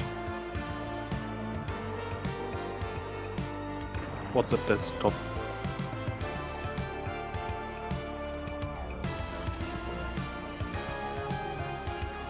Also ja, das hat so ein bisschen Anleihen zu Persona, aber ja, nicht wirklich. Hatte das von Persona 1 und 2. You just saw Demon's School from Welsh developer Isbrid Games, and now It's time to take a bit of a spooky transition. If you're at home, turn on all the lights in the room. Make sure the salt circle is unbroken, and check to see that your door is properly painted with sacrificial lamb's blood, because things are about to get terrifyingly terrifying. Let's look at the H.R. Giger-inspired biopunk horror Scorn. Wollte gerade auf die Demon's School-Seite gehen. Lädt nicht. A grisly nightmare of macabre perception. Scorn hatten wir, glaube ich, eben schon bei der Microsoft PK. And I invite you to join me as we explore Scorn's mesmerizing labyrinth of odd forms. So, dieses Bio-Mac. Ja. You awake wo Yuki noch so in the middle of a desolate hellscape. Vor sich gleich am Bauchnabel Biomechanical contraptions, part flesh, part machine. An industrial civilization now lying in decay and ruin. A hidden fauna sleeps within the underbelly of the world, wanting nothing more than to be left undisturbed. Satron, ich bin ein Laie, was das angeht. Mir ist das egal, ob Shin Megami Tensei oder Persona. Für mich ist das beides dasselbe. Das Gleiche. Ich habe mal auf 1080p gestellt. Es kann sein, dass durch den Zwischenfall eben die Qualität ein bisschen niedriger gestellt hat. Und ich dachte, das wird mitgekriegt. Ich muss mal eben Fenster schließen. While there is shooting within the game, Scorn is not a shooter. Every encounter must be carefully considered. A wrong choice could be deadly. I hope you've enjoyed this glimpse into the twisted world of Scorn. Was, lass es nicht Yuki hören. Was da drin? Wait for you to uncover the secrets of this unique world as you experience Scorn firsthand this October. Are you prepared to unravel your inner self within Scorn's world of horror? Maybe. Satron, ist mir doch egal, ob Yuki das hört oder nicht. Ich muss ja nicht alles wissen und alles genau wissen. Now, while I've been delightedly playing Dune Spice Wars, harvesting melange, and trying to figure out how to pronounce Kwisatz Haderach, it doesn't matter. I'm equally ready to turn hordes of Tyranids into a Jackson Pollock painting in Warhammer 40k Space Marine 2. In this brutal third-person shooter, you once again step into the oversized power Space armor Marine of Titus 2. and a Hoffentlich zeigen die was Space Neues. Marine in a galaxy immersed in a never-ending war. To take us further inside the grimdark, I am joined by Tim Willits and Oliver Hollis, the creative director, on Warhammer 40k Space Marine 2. First of all, thank you so much for joining us. Yes, thank you. Thanks for having us. Good to be here. Now, Tim, I want to start with you. Persona ist eine Unterreihe von Shin Megami. Nein, Satron, ich habe gesagt, mir persönlich ist das egal. Weil ich so nicht so tief in der Materie drin I bet many people did not know that the original Doom guy was actually a Space Marine, inspired by an even older Space Marine, which is the Warhammer 40,000 Space Marines. So, you know, it's really exciting for me. Und die muss es ja auch nicht sein.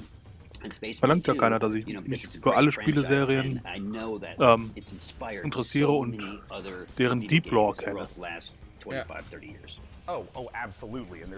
Ihr wisst, was ich meine, wenn ich Persona sage oder Shin Megami Tensei. Was doch. Dafür sage ich nicht Wattzahl. Die anderen Nicht-Elektriker.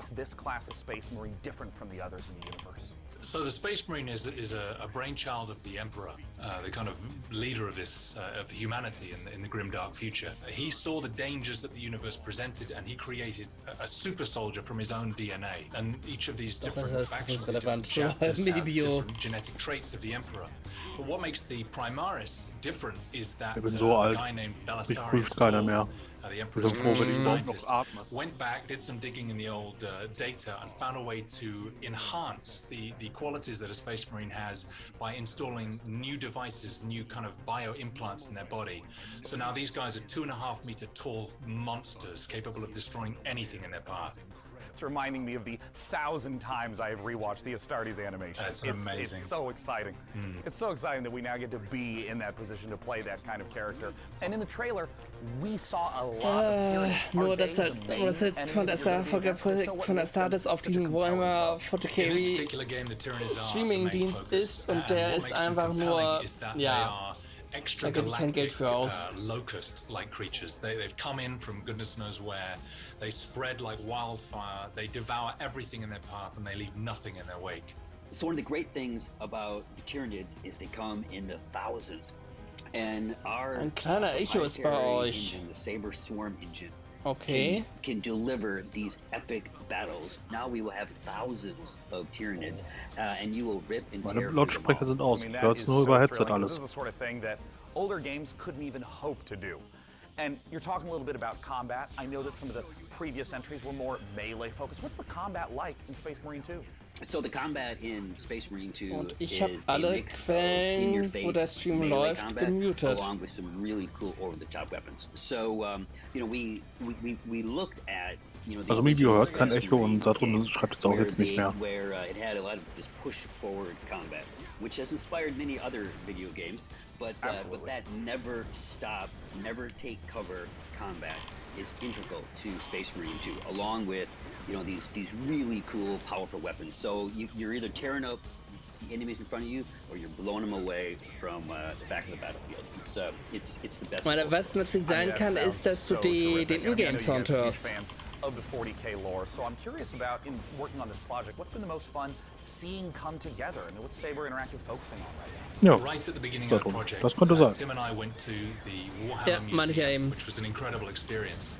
And you go around all these cabinets where these incredible Und er jetzt, miniatures der that have been klingt auch painted by etwas these komisch. masters are arranged in these dioramas. You find yourself kind of crouching down and looking into the ranks of Space Marines that are facing Tyranids or Orcs or whatever. And something that Tim and I said at that moment was, we need to make this come alive. I don't want to look at this, I want to be inside this. I want to be gunning down Tyranids by the thousands. And so seeing that actually happen and come alive has been thrilling. Am I going to feel like the characters in the Astartes animation? Because if so, then I'm buying the game immediately. Even more so, when you're wielding one of those Ach, massive Leute. weapons and you're faced with 1,000 Warhammer ist Tyranids doch schon all wanting you bekannt. alive, Ist and jetzt you nichts just let Neues. rip and you can see Warhammer shell 40k casings ist Kult. bursting out of these massive Ja, ist weapons, Kult, aber one after trotzdem. another. The sound, the gameplay, the way Die it zeigen auch feels, nur dieselben it's Bilder. all designed to make you feel like the most powerful warrior in the universe. Well, perfect. That answers everything. Thank you so much, Tim and Oliver from Saber Interactive, for joining us. I can't wait. Warhammer 40k Space Marine 2 comes to PC, PS5, Xbox Series X and S soon.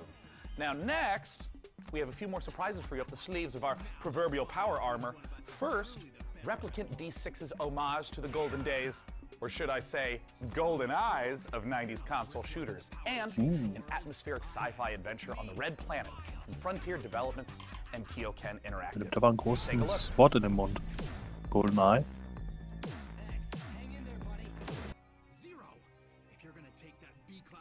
Ja, jetzt höre ich's auch, aber ich weiß. Okay, hab's gefunden. Sorry, das war ein anderer Stream, der plötzlich Aufgeploppt war. ja.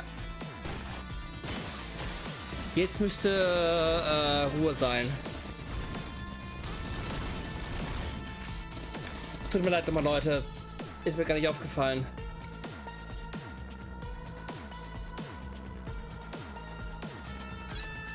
Das kann ja passieren, wenn es so leise im Hintergrund läuft. Ja.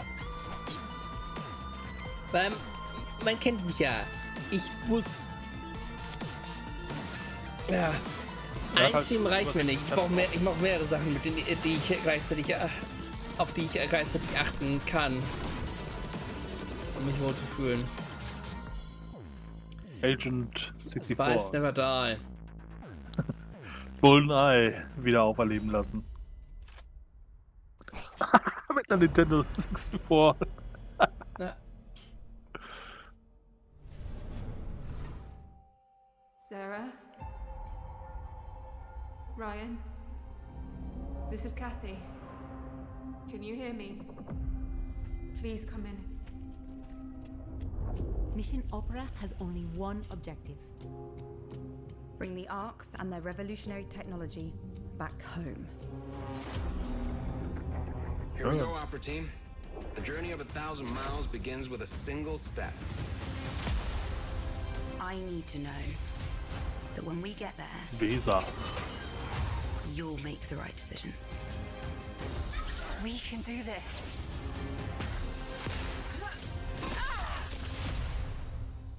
What do you expect to find on Mars?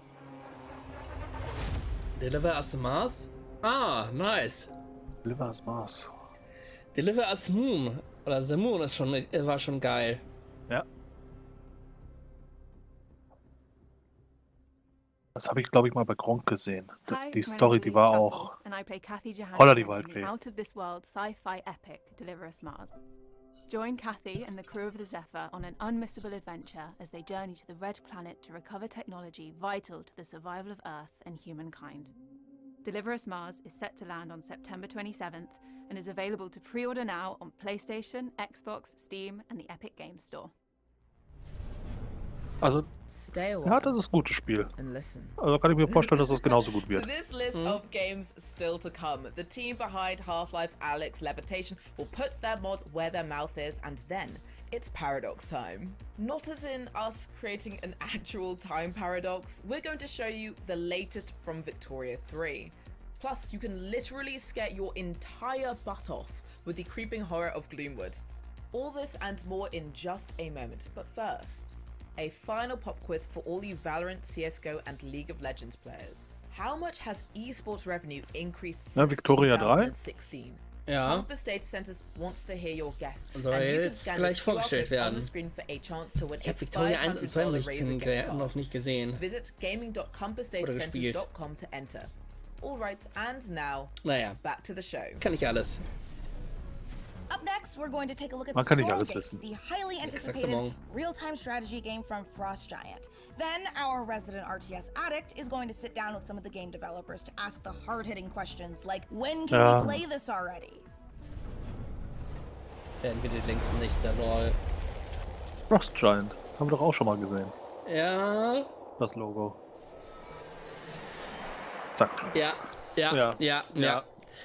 Direkt zu Beginn bei der Summer Games Show. Ja.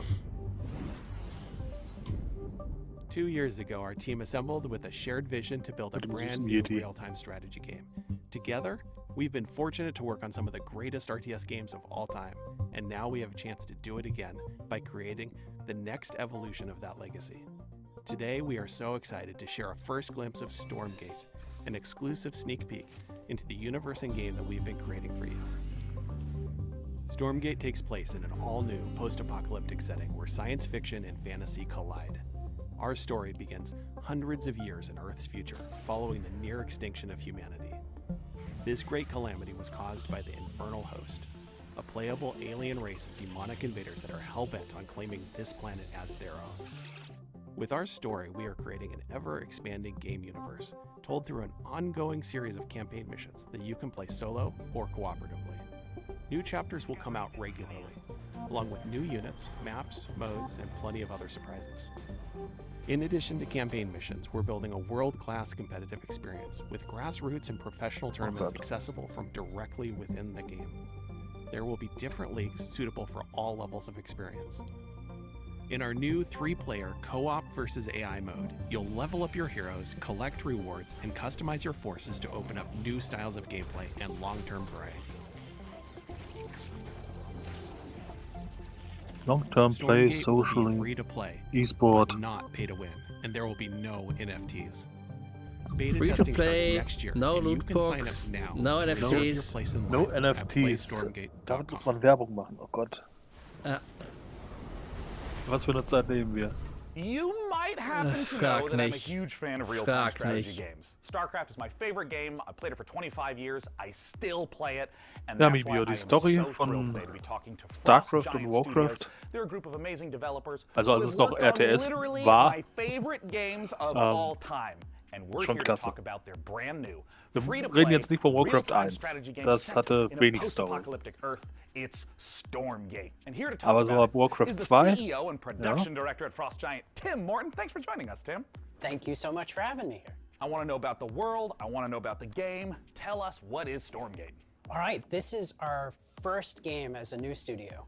And it is classic real-time strategy, but designed to be more social. We build the game in a universe that ties everything together, but provide different kinds of experiences for players who like different kinds of gameplay. So we've got cooperative campaign mode, also play open-ended co-op, but if you're somebody who really enjoys competition, we've got 1 versus 1, high skill, competitive. And those are very different ways to play in some ways, but they're also all unified by the universe, by the races, by the units. So you really get a sense for how to enjoy the game.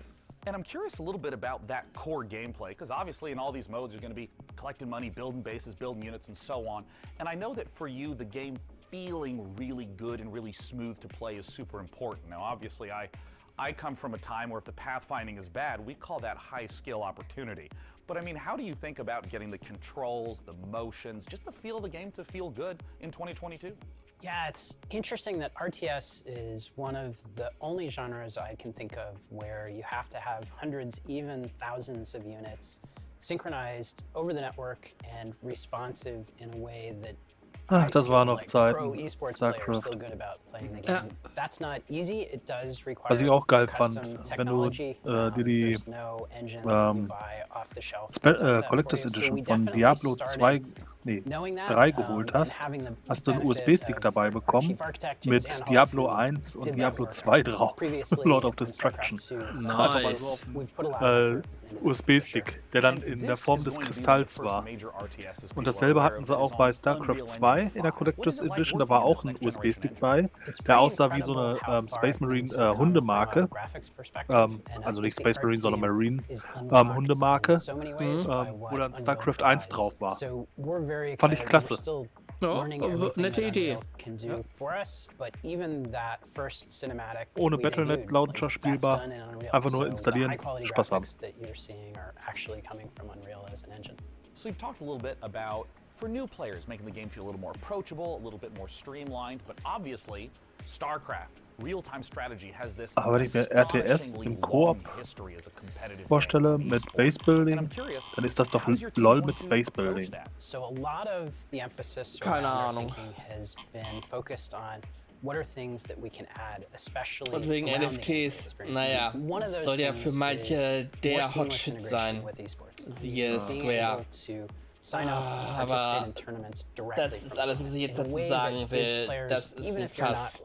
Top Grandmaster, ready to take on Cyril, they're still an opportunity to be the best on your block or the best at your company, the best at your school. So we want to facilitate esports Basebuilding mit So of course in the history of RTS games, a really important component of them has always been I mean, Warcraft 3, Survival players 2. didn't even play the original game, they just did custom mode after custom Kerrigan, mode. mein liebster Charakter aus der ganzen StarCraft-Serie. Number of members of the Frost Giant team actually came out of the modding community. The team as a whole is very passionate about it. From the outset, we started out Die Sache ist ja die westlichen Lizenzen, Tomb Raider und so, ja, die Erwartungen wurden nie erfüllt, weil die einfach zu hoch waren. Aber was die eigenen Lizenzen angeht, Final Fantasy und so, da merkt man, ja, Square hat da realistische Erwartungen. So we are going to start our beta in 2023. We already have a site stood up at playstormgate.com to be able to register for the beta. We have a lot of active discussion topics on our subreddit as well, so there's an opportunity to participate in the dialogue around what we're building. Tim, thank you so much for joining us again today. We just got a chance to talk about Stormgate, the upcoming free-to-play Stormgate hat ein RTS from Subreddit. Frost Giant Studios. Mal I'm schauen. personally super pumped to play it, and be sure to check it out at playstormgate.com. Now, Tim, I'm going to do a transition to the next game. Are you ready? This is going to be good. Watch this. It's going to be so sick. Next, we're going to show you Leysara, Summit Kingdom from Quite OK Games. Now, as someone who has spent a medically inadvisable amount of time playing strategy games of all sorts, this looks incredibly up my alley. And it looks a lot safer than my last attempt to create society in the mountains. Tomb Raider war gut, aber hat die Erwartungen nicht erfüllt. Mit 3.600 Mitgliedern. Und Frost Giant hat sogar 12.400 Mitglieder im Subreddit. Okay. Okay. Leysara. Oh. City Builder. Ja. Mal so was Schönes, Entschleunigtes. Hat was von Dorfromantik.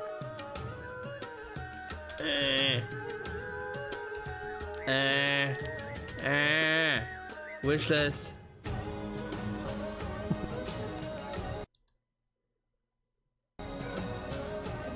Ja, da hat's wieder kurz bei mir gebuffert, sorry. Passiert. Nicht nur an Berg, sondern auch auf dem Berg. Ja, den Tempel, den muss man oben drauf tun. Ist doch logisch. Leysara. 2023. Ja. Gewishlistet. Meine arme Wishlist. Erstens, wann soll ich diese Spiele jemals kaufen? Zweitens, wann soll ich die Spiele jemals spielen? Tja.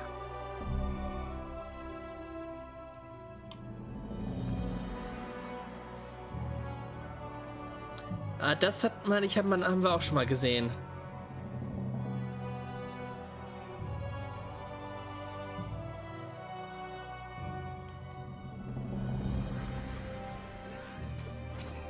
Ich mag diesen halben Comic-Look nicht. Ist einfach überholt für die heutige Zeit. Oh.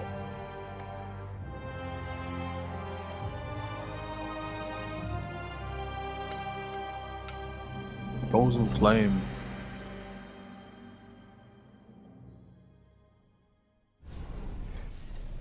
That was Frozen Flame, an open-world survival RPG from Dreamside Interactive. Sah wie ein MMO aus. On a fantasy adventure in a world reshaped by a magical calamity.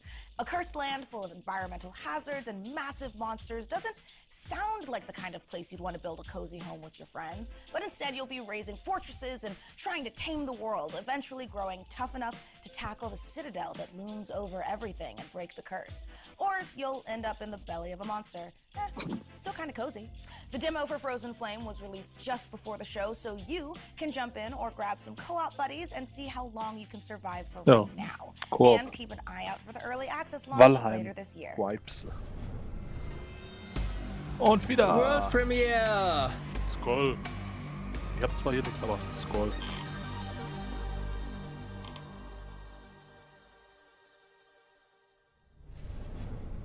If you could listen to the noise Risiko? of history, then you would hear by the sounds of the Victoria Victorian 3. Age that the world changed forever. The roar of the engines, the bangs from new factories, and the cries in the streets calling out for revolution. In Victoria 3, we simulate this era, 100 years starting in 1836, and put you in charge of a young society. You will meet the people back then, high and low, over cultures across the globe. They are the Victoria geht auch seit Anfang an mit solchen Grafiken ne? Aber da passt es auch. Ich habe Victoria nie gespielt. Listen to their calls and let it influence reform. Geht ja auch nicht primär nur mit dir. To protect what is proven and stable. Weil es halt auch wieder so Anno Civilization mäßig Aufbau. Eigene Reich aufbauen, Handel treiben. Taxes, production, trade and construction. Play these cards right and you can harness Ah ja, Forschungsbaum. Ach ja. into titans. This is the engine you will need on the global stage. Use pacts, threats, and bluffs to secure your place in the CK3? sun. Anything done by war can Sagt be mir jetzt achieved nix, with Sion. diplomacy. But you can decide when push comes to shove. Here you write the stories, and over time, the history of your world will be carved into Crusader Kings, okay. What will your society be like?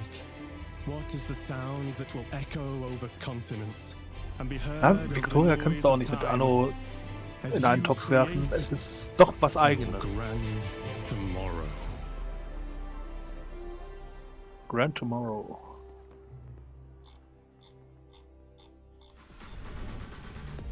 That was the gameplay debut of Victoria 3 from Paradox Interactive, a grand strategy game coming later this year.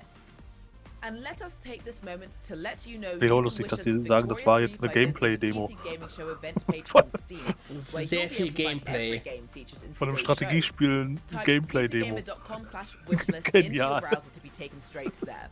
And now on with the show.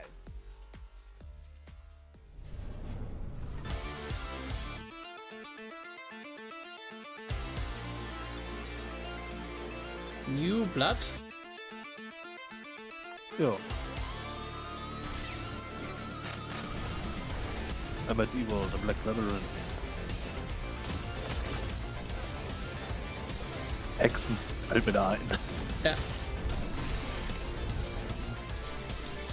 Ultra Kill, Act 2. Oh, das war doch das, wo es den Speedrun gibt, wo die Developer dabei sitzen und sich beömmeln, wie das ist da möglich. Was? Faith, the Unholy Trinity. Born Aces. Kneipenschlägerei, super. Dusk HD, Dusk ist doch auch so ein alter Schinken. Naja, wenn es HD heißt, dann muss es halt wirklich ein alter Schinken sein. Ist doch damals auch auf den Doom-Zug aufgesprungen. What's up, PC gamers? We're back again. Now, what you just saw was everything New Blood's got going on for 2022. A Medieval the Black Labyrinth, Ultra Kill Act 2, Faith, Fallen Aces, and a brand new update for Dusk that's bringing all new HD models and weapons that nobody asked for. So we're doing it anyway. Now, last year you might have noticed we teased a bunch of games here that we weren't ready to talk about just yet. And we're still not ready to talk about those games. But I want to let you know that yes, we're still working on a top-down shooter. Bei Ultra Kill fand ich es halt so lustig, dass die wieder wirklich sagst, wie, das ist möglich? And yes, Und total begeistert waren davon. Nee, das hatte ich eigentlich anders programmiert. Just yet. What I want to talk about is Gloomwood. Now, 2 years ago, y'all straight up forgot to show the Gloomwood trailer. Last year, you bumped me so Gabe Newell could talk about a bunch of demos or some shit. This year, PC Gamer, you promised we would get to show Gloomwood, so I don't want to hear any bullshit. If you're on a Steam Deck ad right now or some shit, I'm gonna... Steam Deck. Powerful, portable, PC lol. PC Gamer, you see this puppy? I will drown this puppy. If you don't let us show Gloomwood, I am going to drown this adorable... I would never do that. Hi, I love you. So yeah, we good? No. Can we show Gloomwood? Are you sure? Well, all right. It's about time. Ja, Mibio, das fand ich auch gut. Doom Eternal.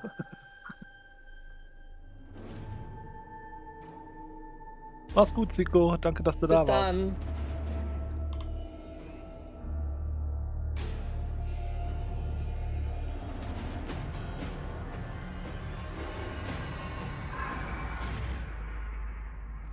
Hello, Doctor. Es hat jetzt so Alone in the Dark Vibes. Ja. No matter. I can guarantee your safe arrival. Nur halt rundere Grafik, sage ich jetzt mal. The townsfolk are not fond of outsiders. Don't delay.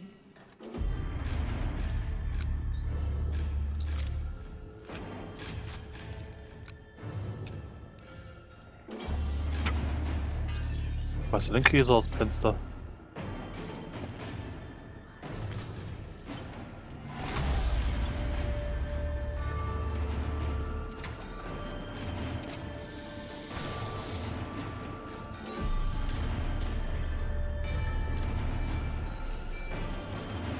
Dishonored lässt grüßen.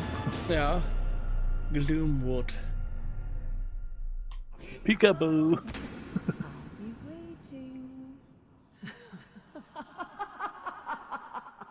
Bis dann, Saturn. Bis zum nächsten Mal. Ja, mach's gut, Saturn. There's only one thing I like more than playing New Bloods games, and that's probably the URLs they make for them. It wouldn't be a PC gaming show without the silliest, most ridiculous website names in human history. Which is why I'm delighted to share that next, we have a group of such games that run the gamut from medieval mayhem to an adorable animal fight club. And our first rule, we absolutely plan to talk about it. Und wieder ein World Premiere.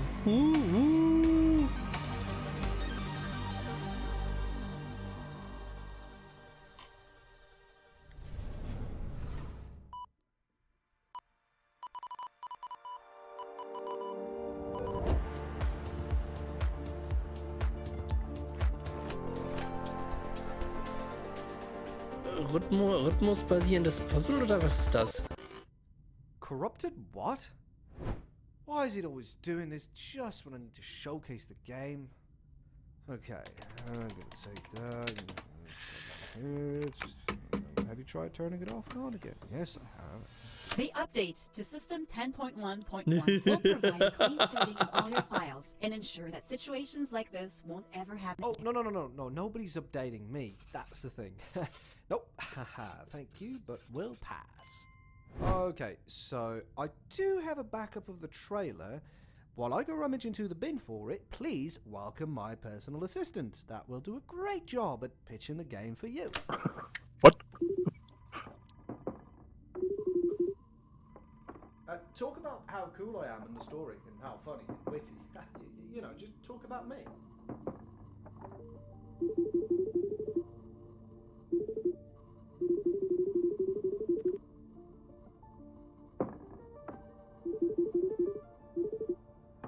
Found it.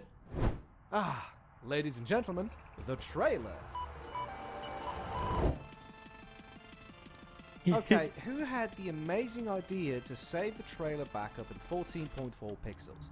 Do we have any ants working for us? So vierte vom Wall Breaking, wie There is no game. Das feiere ich gerade. Das habe ich eben gefeiert. Man hat es zwar nicht zum Spiel gesehen, jedenfalls nicht allzu viel, aber egal. Family depends on their ability to rule the city, to fight with valor, and to learn. Oh, if only it were that easy. Hat starke Rimworld-Vibes. Eher Prison Break oder Escapees. Ist ja Rimworld Spin-Off, wo wir schon mal dabei waren.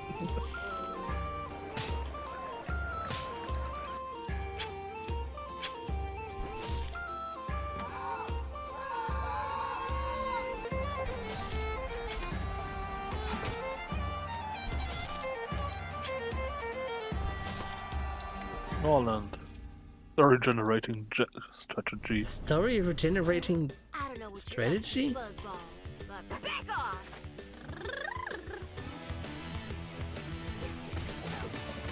My Little Cow? Those fighting...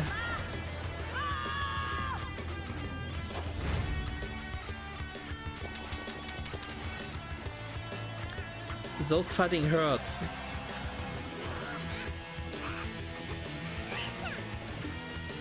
Ja, Knuffelgrafik wie My Little Pony. Apropos.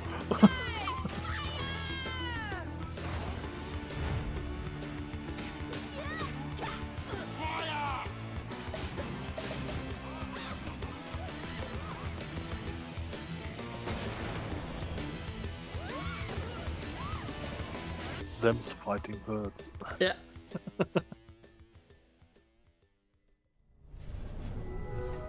So habe ich auch immer schon in der Bibliothek, okay.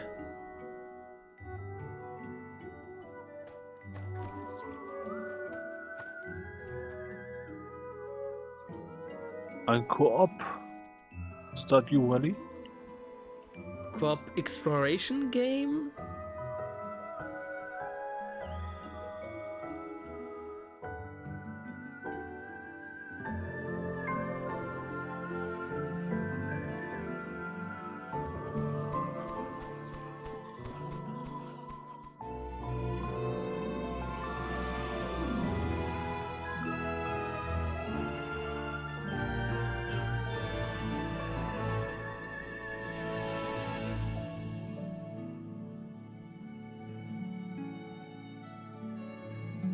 Corekeeper, Sunken Sea Update.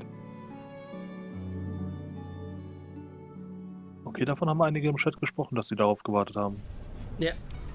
That was the latest DLC for Corekeeper, the sandbox Also main survival chat. sim from Fireshine Games and Pugstorm.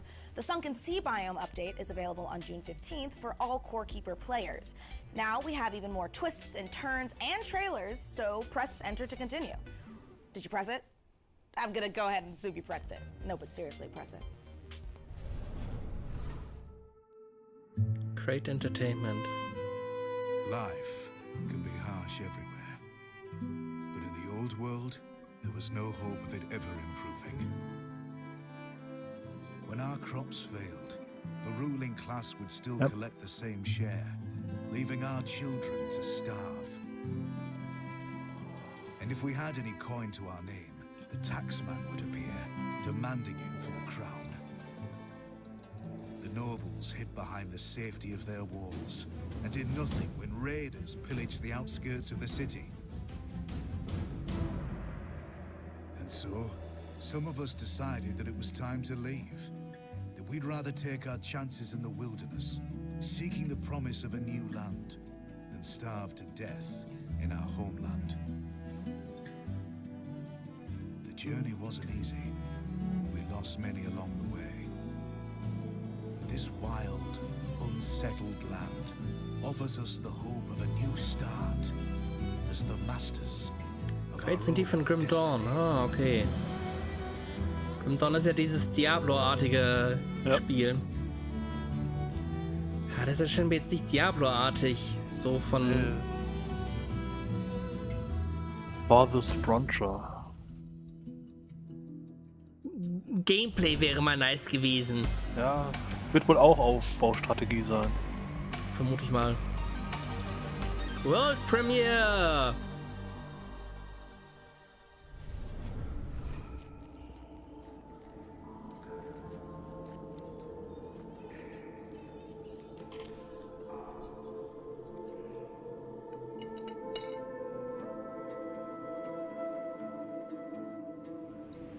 Aber storytechnisch hat das nichts miteinander zu tun. What is below is destined to be understood. Grim Dawn ist der geistige Titan Quest, davon sind teils auch ehemalige Entwickler von Titan Quest. Our life is tied to this earth. The water we harvest, the plants we grow, the air we filter. Any waste would be fatal to our survival.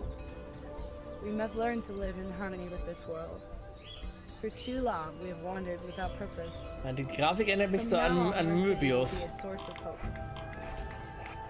An diesen berühmten franco-belgischen Künstler. Mhm.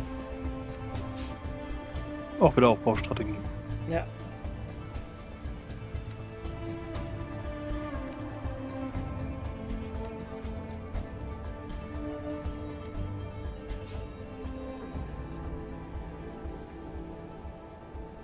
To understand our world, we must explore it. We must find the tablets. The seeds of knowledge that bind all the elements together. To build our survival. To build our city. To live happily.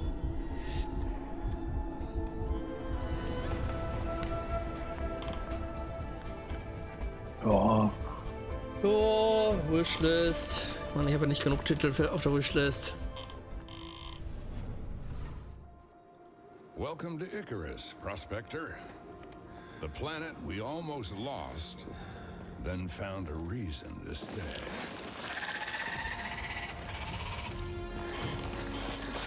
Take it from me, this place wants you dead. But we've made progress, learned the lay of the land, how to use Icarus to our advantage. Our friends at the UDA are offering up a slice, a whole new terrain. If you learn, build, and survive, maybe, just maybe, there's a future here. The Forest Vibes. Mhm. Think you got what it takes? Survival Game. Ja.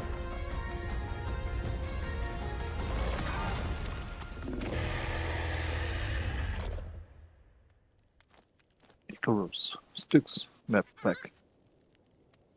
Auch wieder DLC.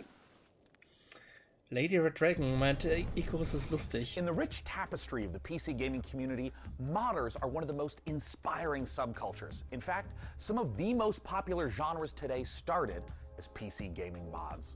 Right now, modders Sean FMP1 Snelling and Corey Latto are making something incredibly special in the form of an ambitious mod for Half-Life Jetzt Alex. It's called Levitation. It's an original 4 to 5 hour campaign that builds on Valve's original VR game, Half-Life Alyx. With Alex searching for a pair of rebels gone rogue, they've discovered a strange floating building in Sector X and decided to investigate it, against orders, obviously, and now it's your turn. Let's go back to the world of Gordon, G-Man, and Alex with this exclusive gameplay footage. Alex, according to this old Resistance map, there's a control room somewhere outside the building you're in. Sorry if that's vague, the map was drawn using somebody's blood. Map was drawn using somebody's blood. Ah ja, Icarus, habe ich gerade geguckt, habe ich mal gesehen bei einem. Mhm. Sieht schon gut aus und scheint sich auch gut spielen zu können. Da bist du wirklich gestrandet. Du musst Ressourcen sammeln. Also typisches Survival. Du musst dich auf deine Umwelt einstellen.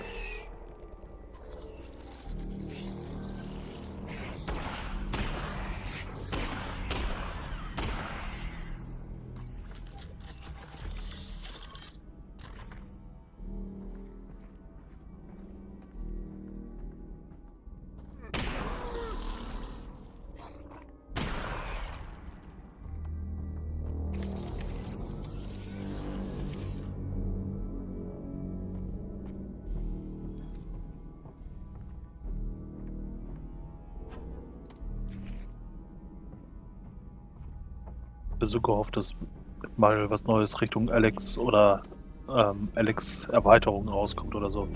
Jetzt scheint Half-Life Episode 3? Ach nee, komm. Nee, Alex ist ja wirklich, was VR angeht, momentan Creme de la Creme. So sollte VR sein.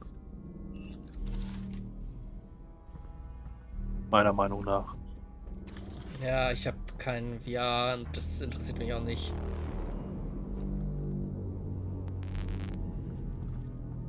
Alex, I'm detecting an incredibly large energy signature up ahead.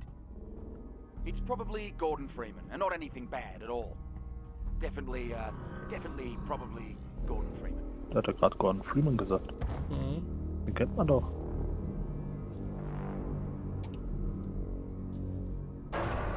Protagonist von Half-Life 1 und 2. Okay, so the plan is to get to that control room and get Gordon. Oh boy. Ah, da. Den kennt man auch. Der Grey Man.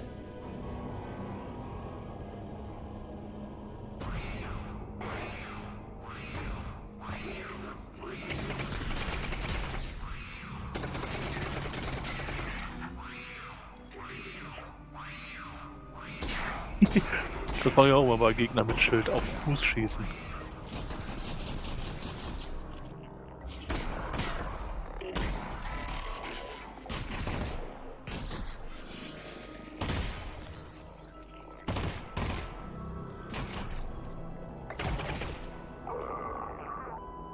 Getting kind of crowded down here, Russ.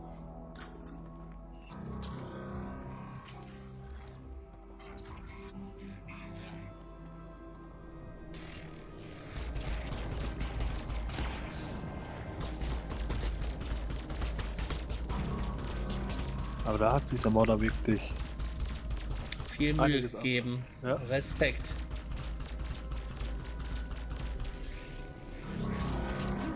Und diese Hingabe daran, die bewundere ich halt. dass sich da wirklich ein oder ein paar Personen dran setzen und so etwas schaffen, ohne irgendwie entlohnt zu werden oder was davon zu haben. Sondern einfach nur, weil sie Spaß dran haben, das zu machen.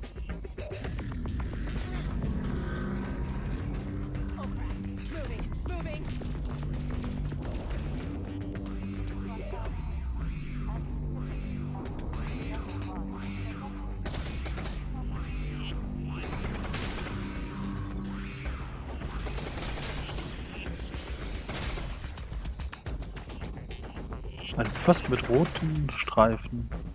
Explosiv. Haben wir ja schon gesehen, dass sie explosiv sind.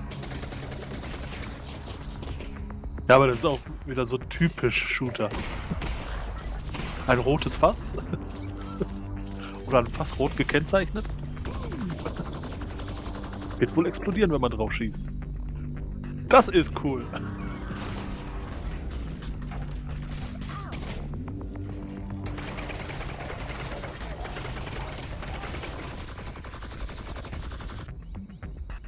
Kann sogar in den Toilettenhäuschen einen Schutz suchen. Nice.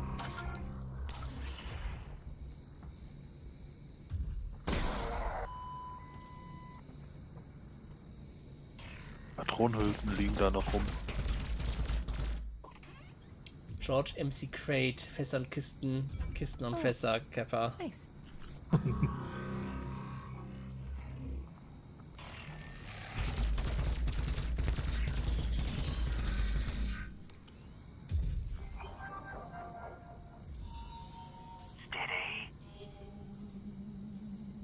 Das ist auch cool. Da nicht einfach nur E drücken muss, um das zu entschärfen, sondern wirklich entschärfen muss. Ja.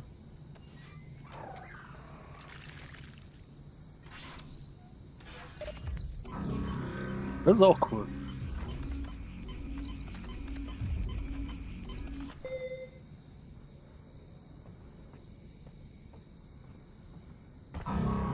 Alex ist halt ein Spiel mit sehr viel Dynamik.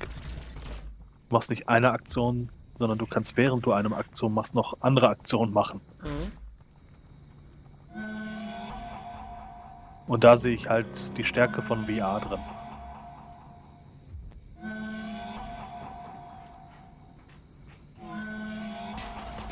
Ja, andersrum klappt das auch mit den explodierenden Fässern.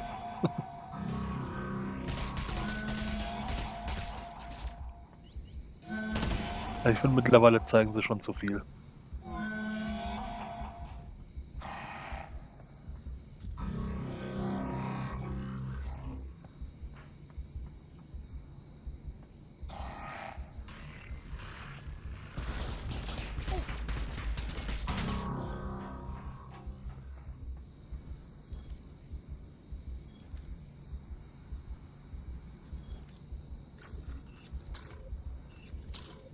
Three cells left.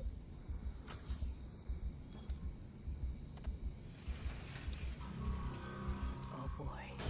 Wie viel war die letzte Stunde des Streams?